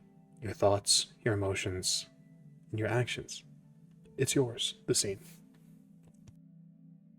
Anxiety, terror, confusion, rage, all in equal mix. It takes quite a bit of self-control to maintain the guise of Skin of the Chameleon and tread back to the bakery and slip in the door before... Question, does Lola have any security cameras in Midnight Oasis? I don't think so, because she only has... Well, she has 2 dots of business establishment. What do you think, ST? I think that any cameras you have, I think, much like certain businesses I know, there are probably some dummy cameras, that have glued up into the corner with or the USB leading to nowhere. I think that you have maybe 1 or 2 cameras that are actually connected, and I don't think it's footage that you can really review. I think it's more of a live feed, and then eventually it gets deleted as your memory fills up. Yeah. Moment that door closes behind, our scraggly little combobulation of stone and parts. Oh my god, I never wanted to punch someone in the face so much as I wanted to do with him. Okay. Yeah. You learned something? You look a little... What'd you learn? I'm starting to see why the Falconer kept away from the Camarilla. You keep stepping in shit. Every single one of you. Yeah. Yeah. It does seem that way already. What's up? Well, he mentioned the Sabbat, and a raid, and something about a book, and catching a prince, I think, was somewhat Julian. A J name, that's for sure. And casting exposition as she explains what she heard over the phone call, like her best Friday understanding. The book. I won on a cult. I don't know. You may simply roll if you'd like. A cult, let's call Sure. this wits in a cult. You may, of course, feel free to rouse the blood. No. I'm good. What's your hunger sitting at, Lola? 3. Noted. 3 successes. 3 successes. Lydia, as previously described, would have done her best to give you guys education, you and Nathaniel. It's really the limiting factor is how much you listened. Because you weren't interested in being a part of any society here. Not any Camarilla society, no Anarch, or other. But you do know there is another. You do know there are cults. You do know there are cultists. One extreme death cult, known as the Sabbat, that would carry a very particular book. The book. The Book of Nod. There's no way. That can't actually be here. I mean, in Phoenix? It sounds like somewhere that should be in, I don't know, fucking some city in mythology or whatever. You know what I mean? I've heard that they had a stronghold in Mexico City or something along the mix. The Falconer called it Goretrix? I don't know if that rings any bells, but... yeah, it seems awfully convenient with a prince with alleged Sabbat ties to have Sabbat pop up near the city. No offense, but your ex seems to have a very suspicious aura about him. None taken. Oh, in the time that Friday was gone, Lola would have changed into just a simple black and white dress. Something more comfortable than what she was wearing, and sent... well, no, she wouldn't have sent the recording, actually. Just changed. She thinks for a moment. I feel like we have to tell the others at least. Figure out what we're gonna do from there. Figure out if we should tell the Prince. I don't know how this Primogen thing works. Neither do I. Means they're in good company, but Kaida and Remy seem to know what they're doing, so... Could I have my phone back?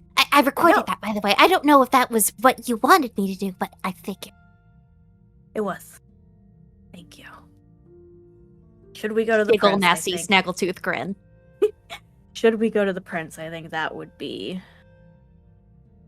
ample evidence. And potentially blackmail? I don't know. Instinctually, I would want to, but Yeah. seems like we're pretty much got a bomb in our hands, and there's no telling if he'll blow back on us. Exactly. So let's get to the other two first, and we'll go from there. Jingle the keys. I will message Kaida, and I'll say, done at the bakery, where are you at? I'm assuming we're like about to leave. Cup runneth over. Okay. She will simply put the initials for cup runneth over. Right before we exit, Lola will go, you can eat food, right, Friday? While she was texting, Friday was definitely just doing the guilty dog side eye of the baked goods out on display. I mean, I have to fetch it up in the morning, but I've been told I enjoy it more than other kindred, yes? Well, we're closed for the night, so help yourself. As Yeah. much as I want. Make more As if I tomorrow. hadn't sworn my life to you before for all that, and she's just gonna go behind the counter. Concha after churro after just... Her little coat pockets are going to be full, and her hands are going to be sugary, and Remy is going to have to pay so much to get every single crumb out of that car, because she is going to be one-handed eating while she is driving to Cup Runneth Over. Danny has prepared quite a bit, and again, it's early on in the night. Not everything is. This is all fresh, and this all has yet to be sold tonight. This was tonight's stock. So you may have your choice, like you said, concha, churro, tres leches. There's a plethora of things. You have a smorgasbord here. Danny has also kind of leaned more Lola into the sort of Hispanic heritage, as she's constantly been trying to like push the menu. Same thing with Roman, really, but it's all freshly made. She is just, as we are, I imagine, scene cuts to the car. You have no idea how long it's been since I've had warm food. I mean, they were giving us rats in the SI center, but oh my god, it's baked! And she is just munching, pulling out very haphazardly, but almost by muscle memory. She is pulling out, looking behind her, driving to Cup Runneth Over. Lola makes a note to bring Friday something every time they meet, if she's able to. There is something here, Friday. I'd like you to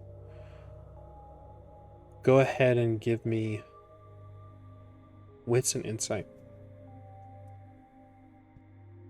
I don't like that. 3 successes? One of these is different. These little baked goods. One of these is different. Whereas conchas, churros, tres leches, these all very clearly have some Hispanic origin. There's a bread here that is fried. There's a little sprinkle of sugar. And you bite into it. And the taste brings something back. Something you had forgotten.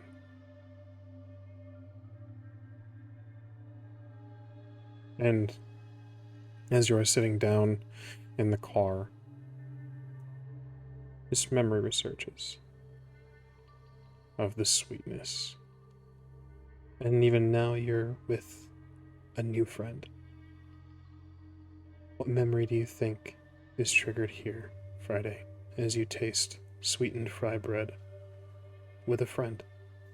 The memory, it's as she's driving, munching, it comes back. It's one of those days after school. Maybe it was Saturday morning. The TV was going, the radio was blasting, the voices were loud and fast, but familiar and happy. Another little brown face next to her is happily munching and explaining that Sunday is making more and there's going to be mutton and spam stew, but you better hurry up or else we're going to miss the next show. And just as quickly as it flashes before her eyes, it's gone. And Friday to herself, more than anyone, says, "It's like Sunny used to make." Do you think you remember who that is, Friday? She wants you. She can't. You try. Doesn't come. Not right away. Not now. Maybe later, though. You drive.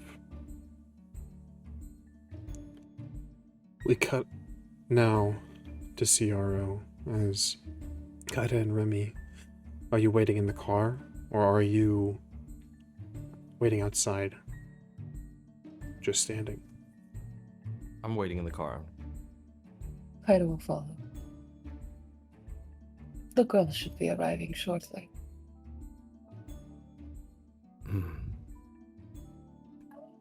We don't really have much time, but we'll see what they learned, and then we'll continue from there. Yes. The thing you do Someone- with your voice. How do you do that?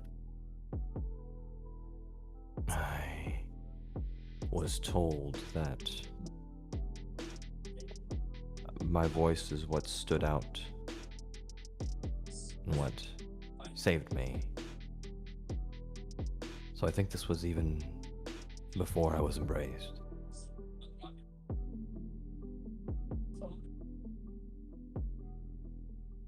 My experience with the embrace. Very different. My sire never told me what it was that stood out. But I think you are more than your voice. I think so. I would say that the experience would have changed how everything is seen now. There is a knock on your window. Well, Remy's window, your side, Kaida. A young man in faded jeans, a loose fitting sort of white mesh tank top, a chain around his neck, arms heavily tattooed, and you can see splashes of color. There's reds and whites and a blue waving as he waves, holds up a plastic case for a CD.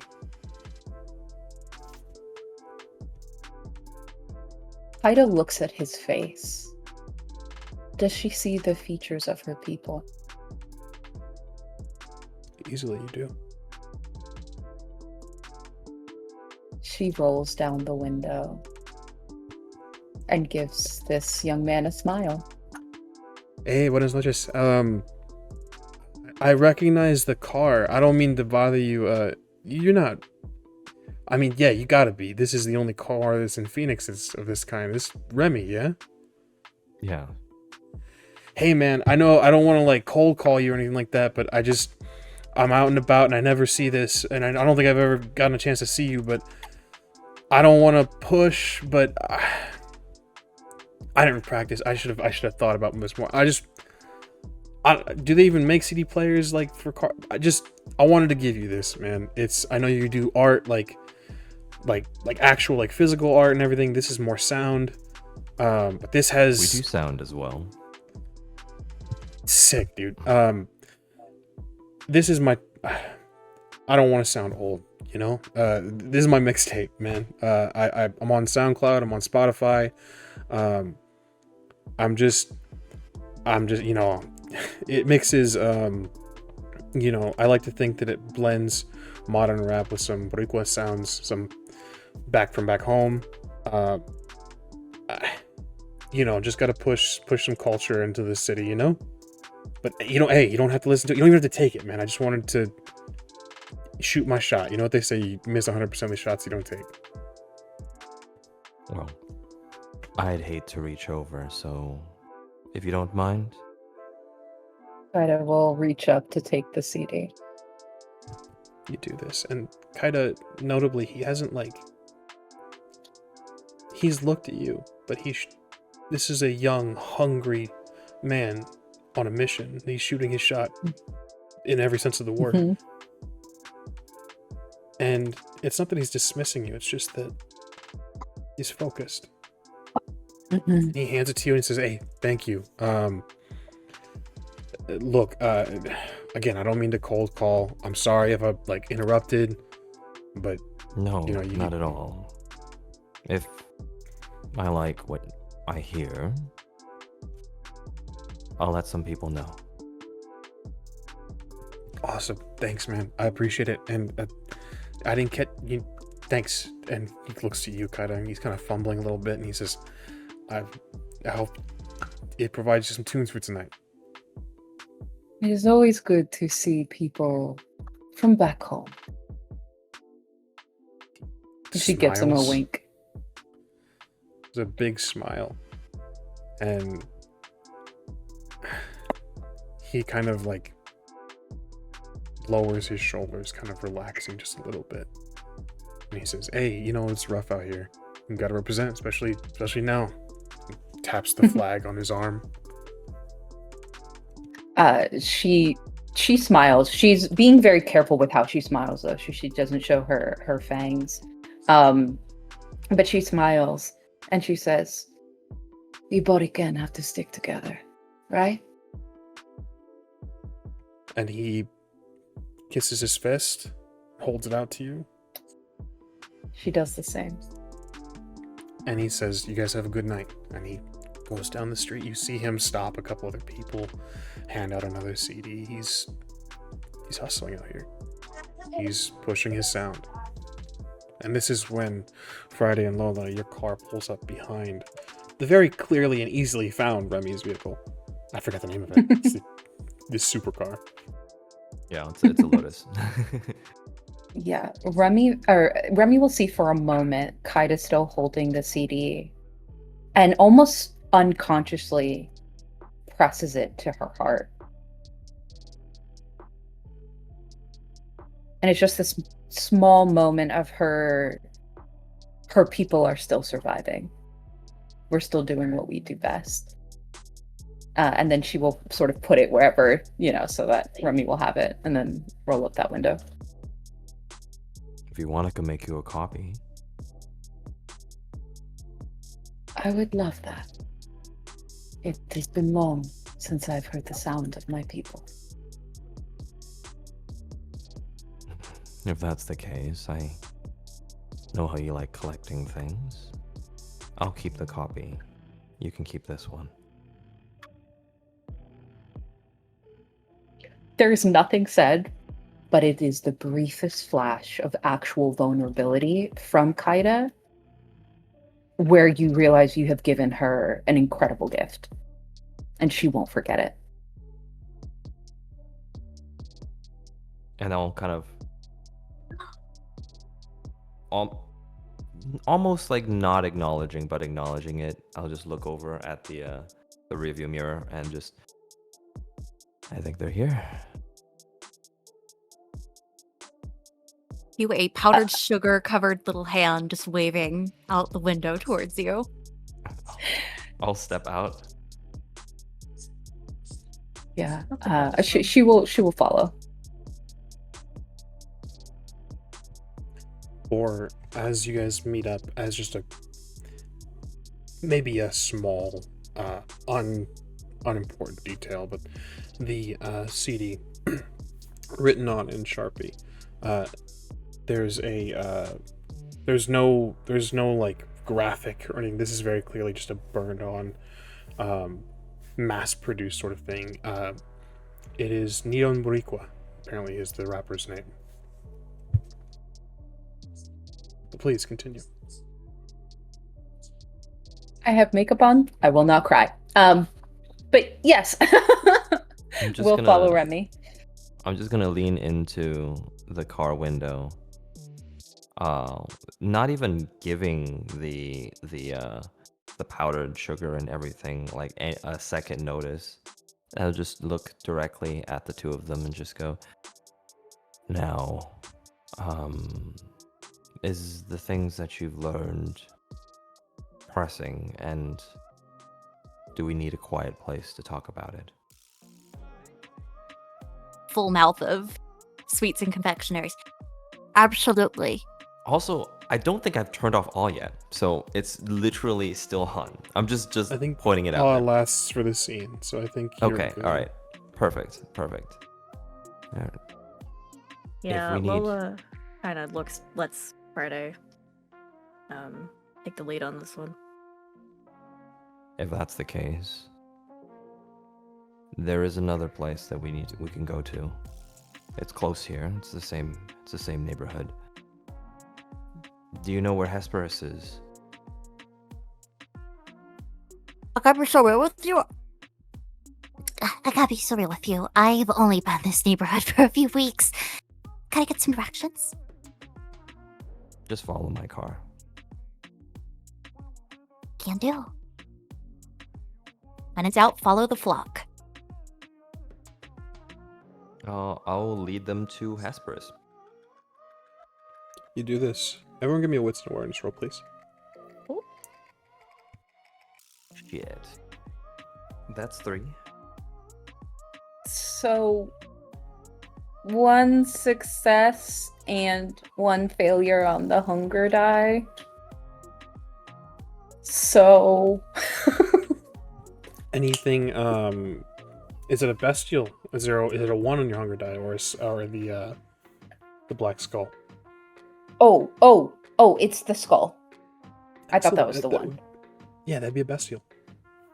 Oh, great. That's so good. Uh-huh. I had the willpower, so I would try not to get a bestial because I rolled 2 skulls. So 4 with the hanging bestial. We're doing so good, guys. Does anyone have any mental stability here? I'm doing great. I rolled a 4. I have 3. Four, I got a 3 3. and a pretty- 1. Excellent. Friday, Lola, Remy, well, we'll get to you guys in a second. Kaida,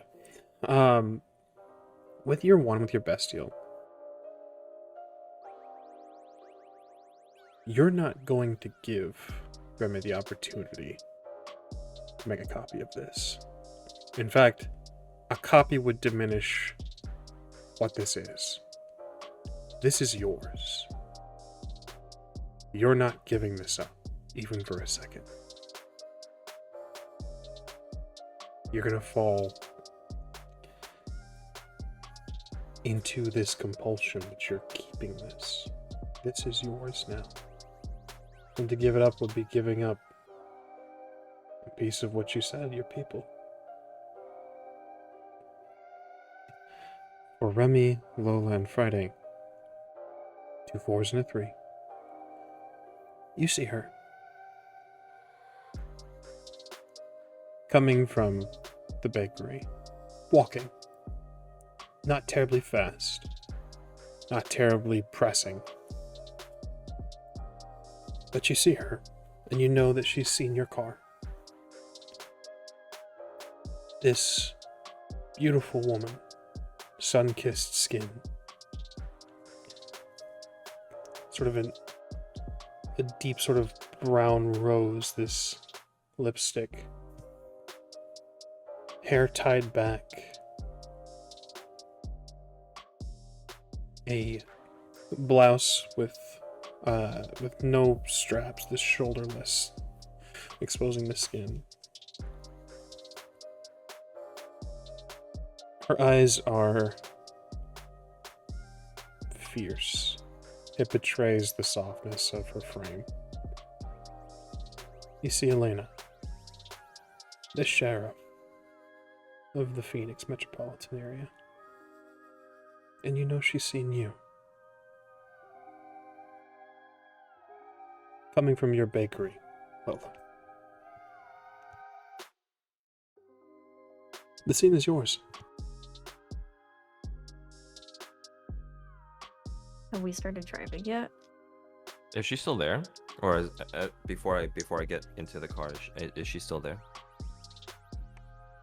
She's walking toward what looks like walking towards CRO, and she's has noticed your car as you guys are beginning to pull out.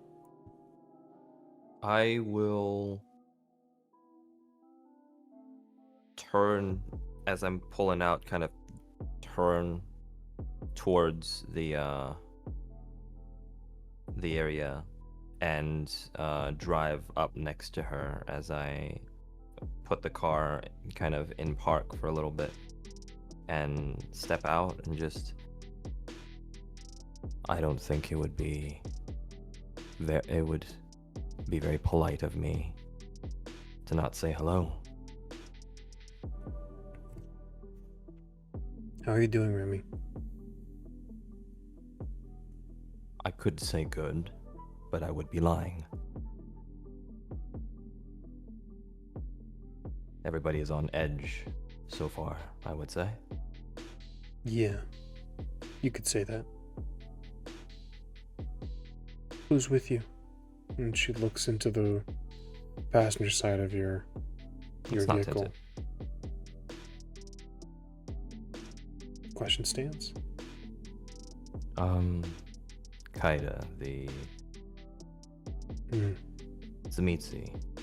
I know her.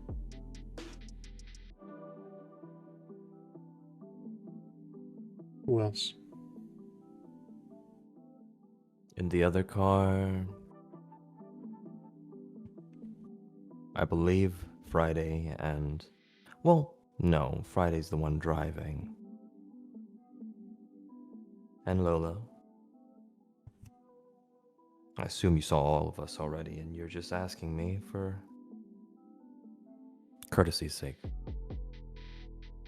Yeah. I need to talk to Miss Torres. By all means. I'm not the keeper of her. Without a word, she walks up past your car and goes to your passenger side, the passenger side window, Friday, where Lola sits. I'll roll down the window. Miss Torres.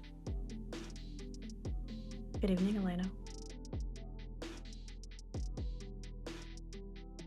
You're requested to make an appearance at Elysium.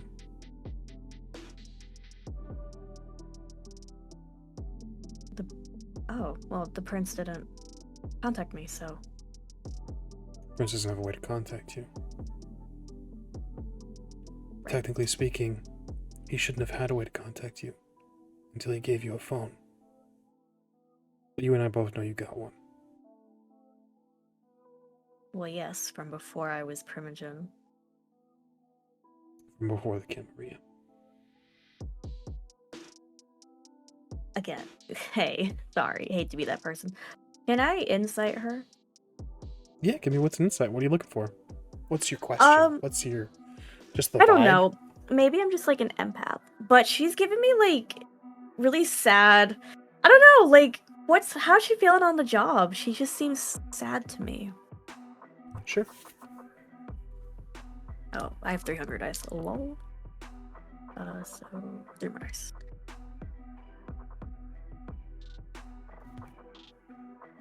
Haida had gotten out of the car and is sort of posted up, leaning against it, her eyes on Elena. She's just keeping an eye on her. Noted. 5 successes. Yeah. She's always seemed a little bit forlorn since the loss of Mr. Duarte. Her lover, her muse, whatever you want to call it, the Baron of Tempe Mesa, since he was, well, some presume killed. Since he's been gone, she's always seemed a bit sad. She's more than that. She seems irritated. She seems frustrated, fed up.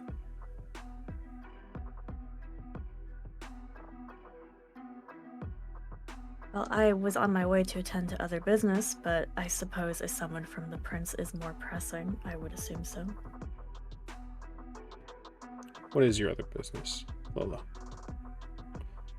And Lola, as she says this more familiar addressing, Elena technically was your Baron.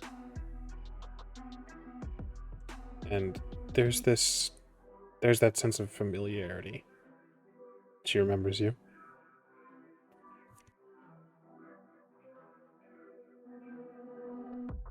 I was just going to follow up on speaking with the other Primogen.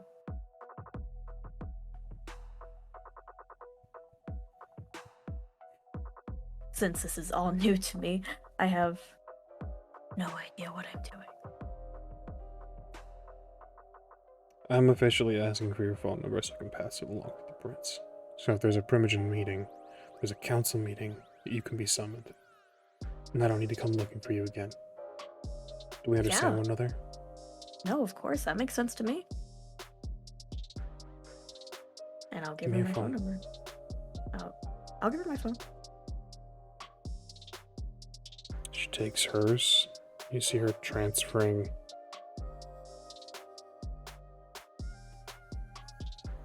You see her transferring her phone number into yours, and your phone number into hers. And she hands it back. She doesn't let go as you reach for it. She says, "Cell phones are strictly for emergencies, given the times that we're in." You know that, though, right? Yeah, I understand. And anyone else that you travel with, and she gives you a glance, Friday. If they have a cell phone, they shouldn't. Do we understand one another? Perfectly, Crystal. She lets her hand go of your phone.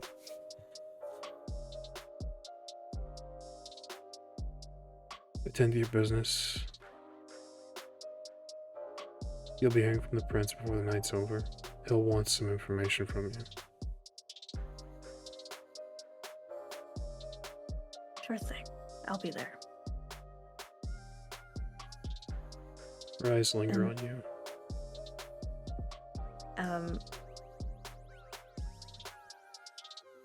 I think, yeah, Lola will, as there's this like lingering moment, Lola will say, "Elena, it's good to be on the same team again."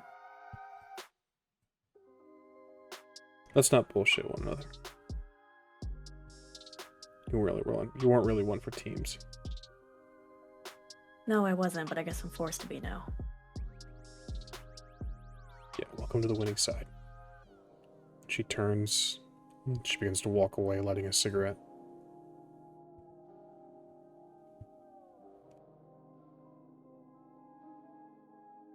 I'll text Remy. Sorry about that. Ready to go now. Kick I'll the just gas back on. Do one of these and continue forward. Like, basically unbothered, but also, yeah, I'll just get back in the car and drive off.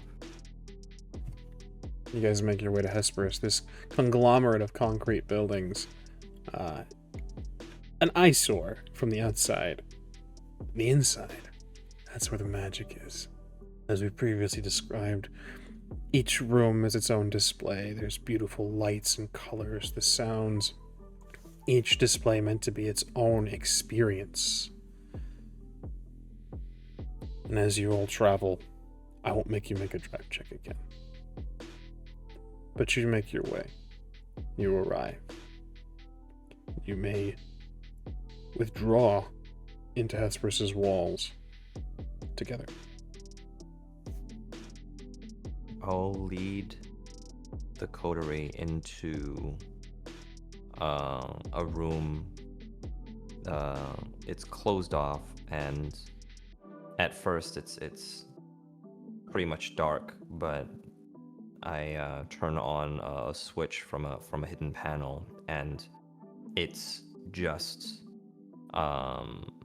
colors. There's colors and shapes all around, even on the floors and whatnot.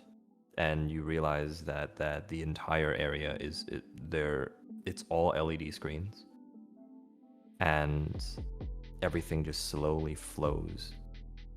Every shape, every color just flows around, and I'll turn over to the coterie and just go,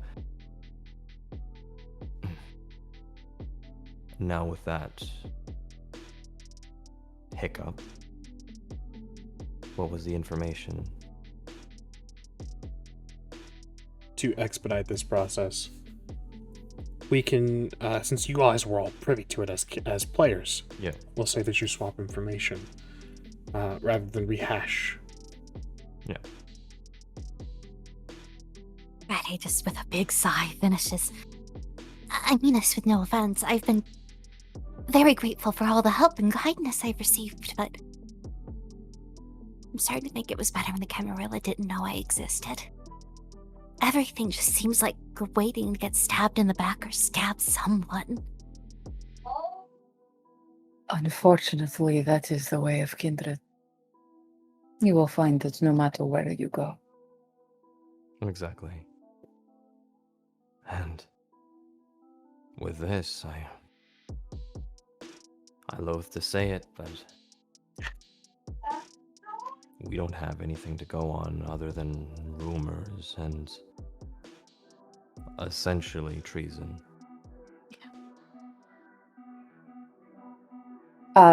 In our exchanging of information, was that recording played for us?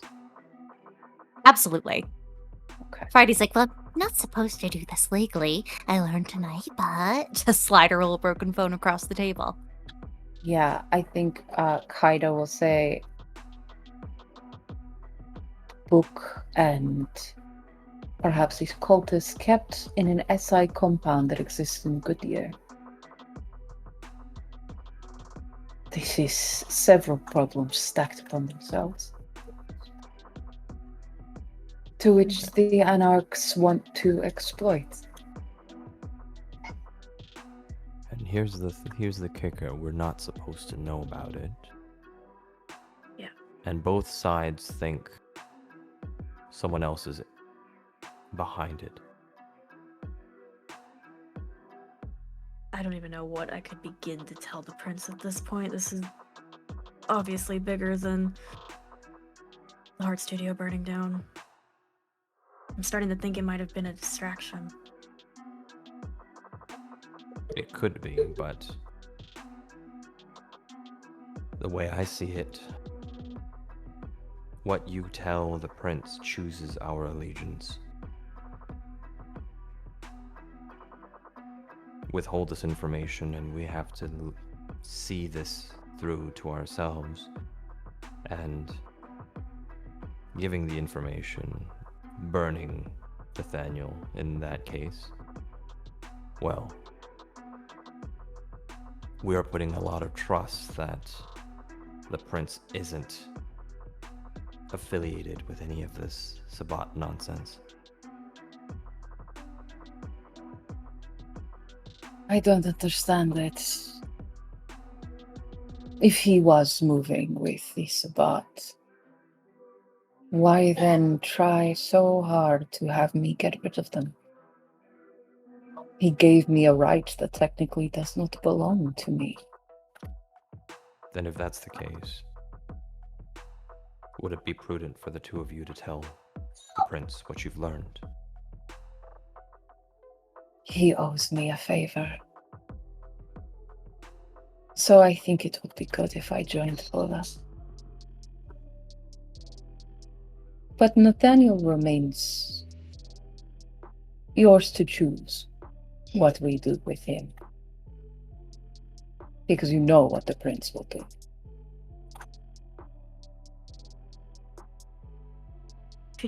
Lola tries to summon that steel she had back at Remy's haven, but it falters. Her jaw's clenched. She's kind of biting at her lip. And she nods. To withhold anything from the prince would put my head on the chopping block. Or his. So you must choose. Is it you or him?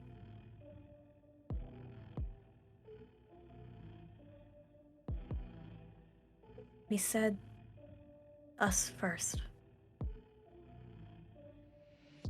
Always. Lucille. And I won't have you make any decision that endangers yourself. Not in that way.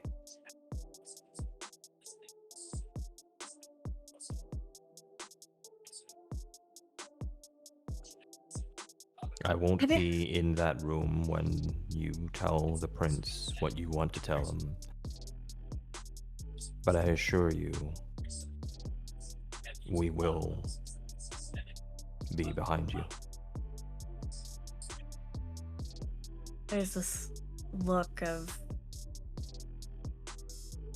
Her face kind of melts into this vulnerability for a moment.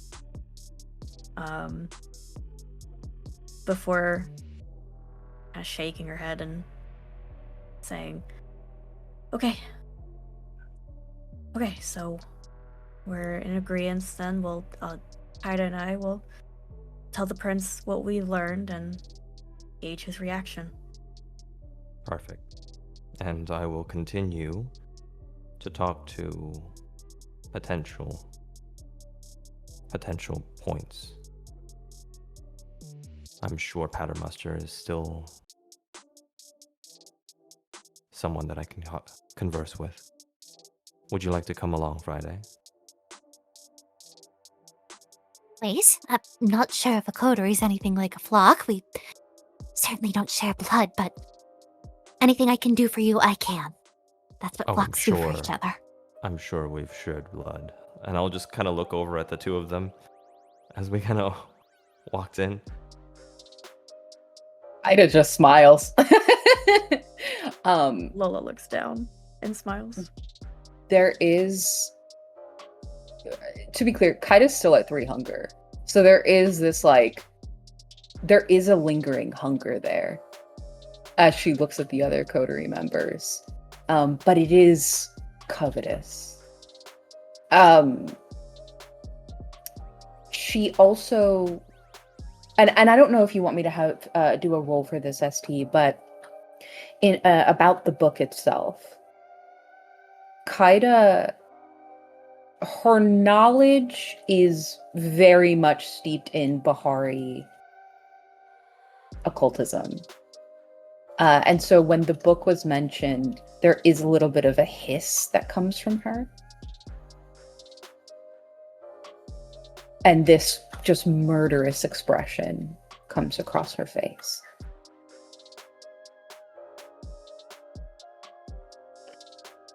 I think Lola would clock that, but file it away for later. The Subat are more than just a group of death dealers. You must understand their belief in their father. Her voice is dripping with venom and disdain. It will make them play games in a way that most people do not believe them capable. Most look at the Sabata like they are animals, feral, no guidance. But so long as they have their father, what they are willing to do moves they are willing to make, people they are willing to eliminate and manipulate. Do not underestimate them. With this, break away from you all, and with decisions having been made, you may depart this place. Lola and Kaida to see the prince, Friday and Remy to speak with Patermaster. So we follow as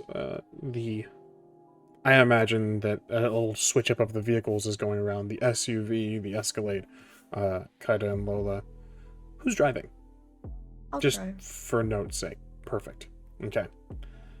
The two of you heading off to see the prince. We follow you. The scene is yours. As we're driving, Lola, after a couple minutes, kind of pipes up and says, you know, I every kindred that I speak to, you know, it hates the Sabbat, but I got the vibe that you really, really don't like them. Is that like a personal thing, or you don't have to tell me.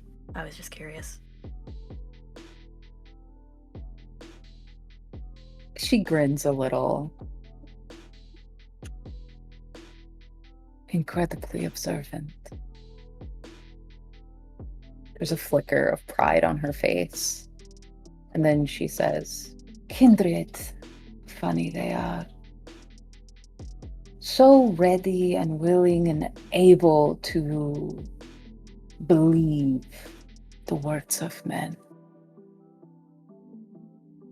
The Sabbat, they have a loyalty to gain, calling him all of our fathers. He is our, as a species, progenitor. But very much like witches. History written by victors. The truth is something different, more layered. My hatred of the Sabbat is for that erasure. I am not of Cain.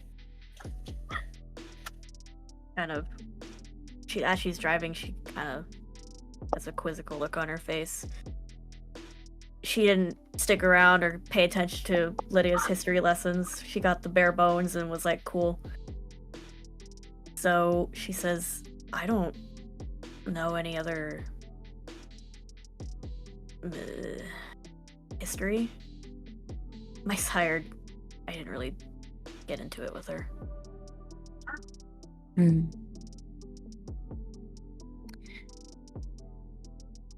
Are you aware of those Bible tales? Sure, yeah, my parents are Christian. So you know the story of the Garden of Eden? Yeah. Most believe that Adam, his wife, Eve, was his first wife. She was not. There was another before her. Like Adam, this woman was made of the earth. Lilith was her name. And all she wanted was to be equal. Of course, Adam refused this and did horrible things to her, tried to dominate and take away her power. This is something that would repeat in her history. Now, there are those of us who are like Lilith. And there are those who are like Eve. I come from Lilith. And I know a daughter when we see one. What do you mean by that? It's the first I've heard of it. You are headstrong and powerful, intelligent, creative. I don't think you have a submissive bone in your body, nor did Lilith. Kind of rubs her thumb on the wheel as she thinks about the word submissive in her previous relationship. I mean, I'd like to think that I am not. She glances over at Kaida. Kaida's like body turned looking at her and says, the fruit that the serpent gave to Eve, that suddenly gave her knowledge and awareness of herself. You can make a choice. You can be Eve, having lived under that submissive, that oppression, or you can be the serpent, who is Lilith, and gave that fruit to Eve. Pull the wool from her eyes and show her the truth. I know which one sounds more appealing. But, I mean, this sounds like a pitch, you know?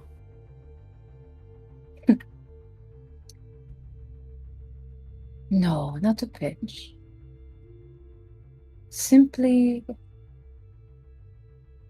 the notification to take your power back. I've noticed in your newly appointed position, you do not trust your own decision-making, your intuition. Why? You have the power within you to be whatever you want to be, and make sure that no one ever takes it from you.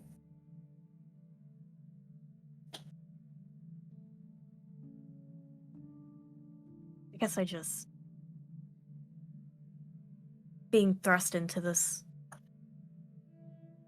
tower caught me off guard, and then everything with Nathaniel,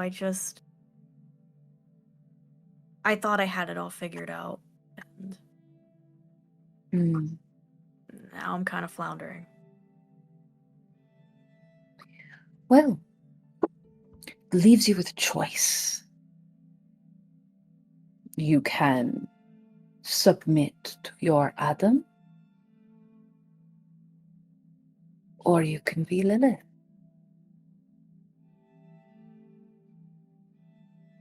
You don't have to flounder. Lilith was in the sea, in the abyss for many, many eons, and she grew in power. Became the mother, but also a Leviathan, mother of demons. You don't have to be scared. Of what? Look at you here. You have your business, of course. But you have more than that. You have eternity. It's all there. You just have to take it.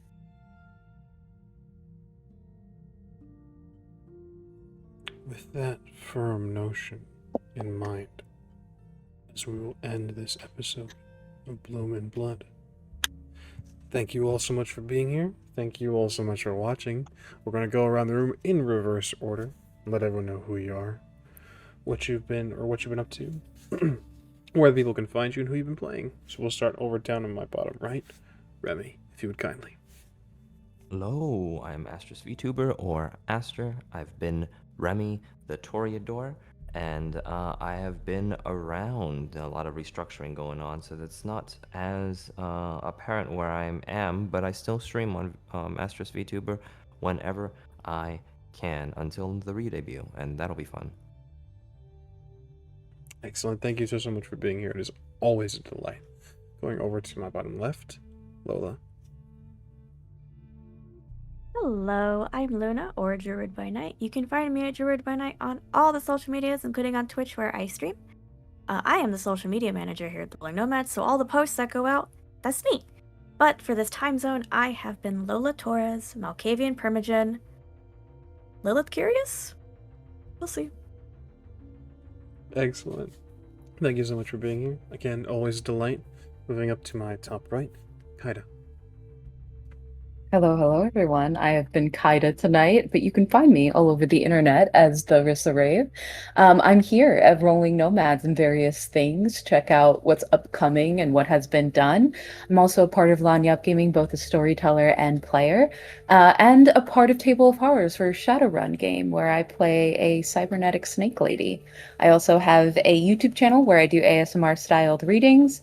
I will post soon. I have a folder full of things that I just have not posted.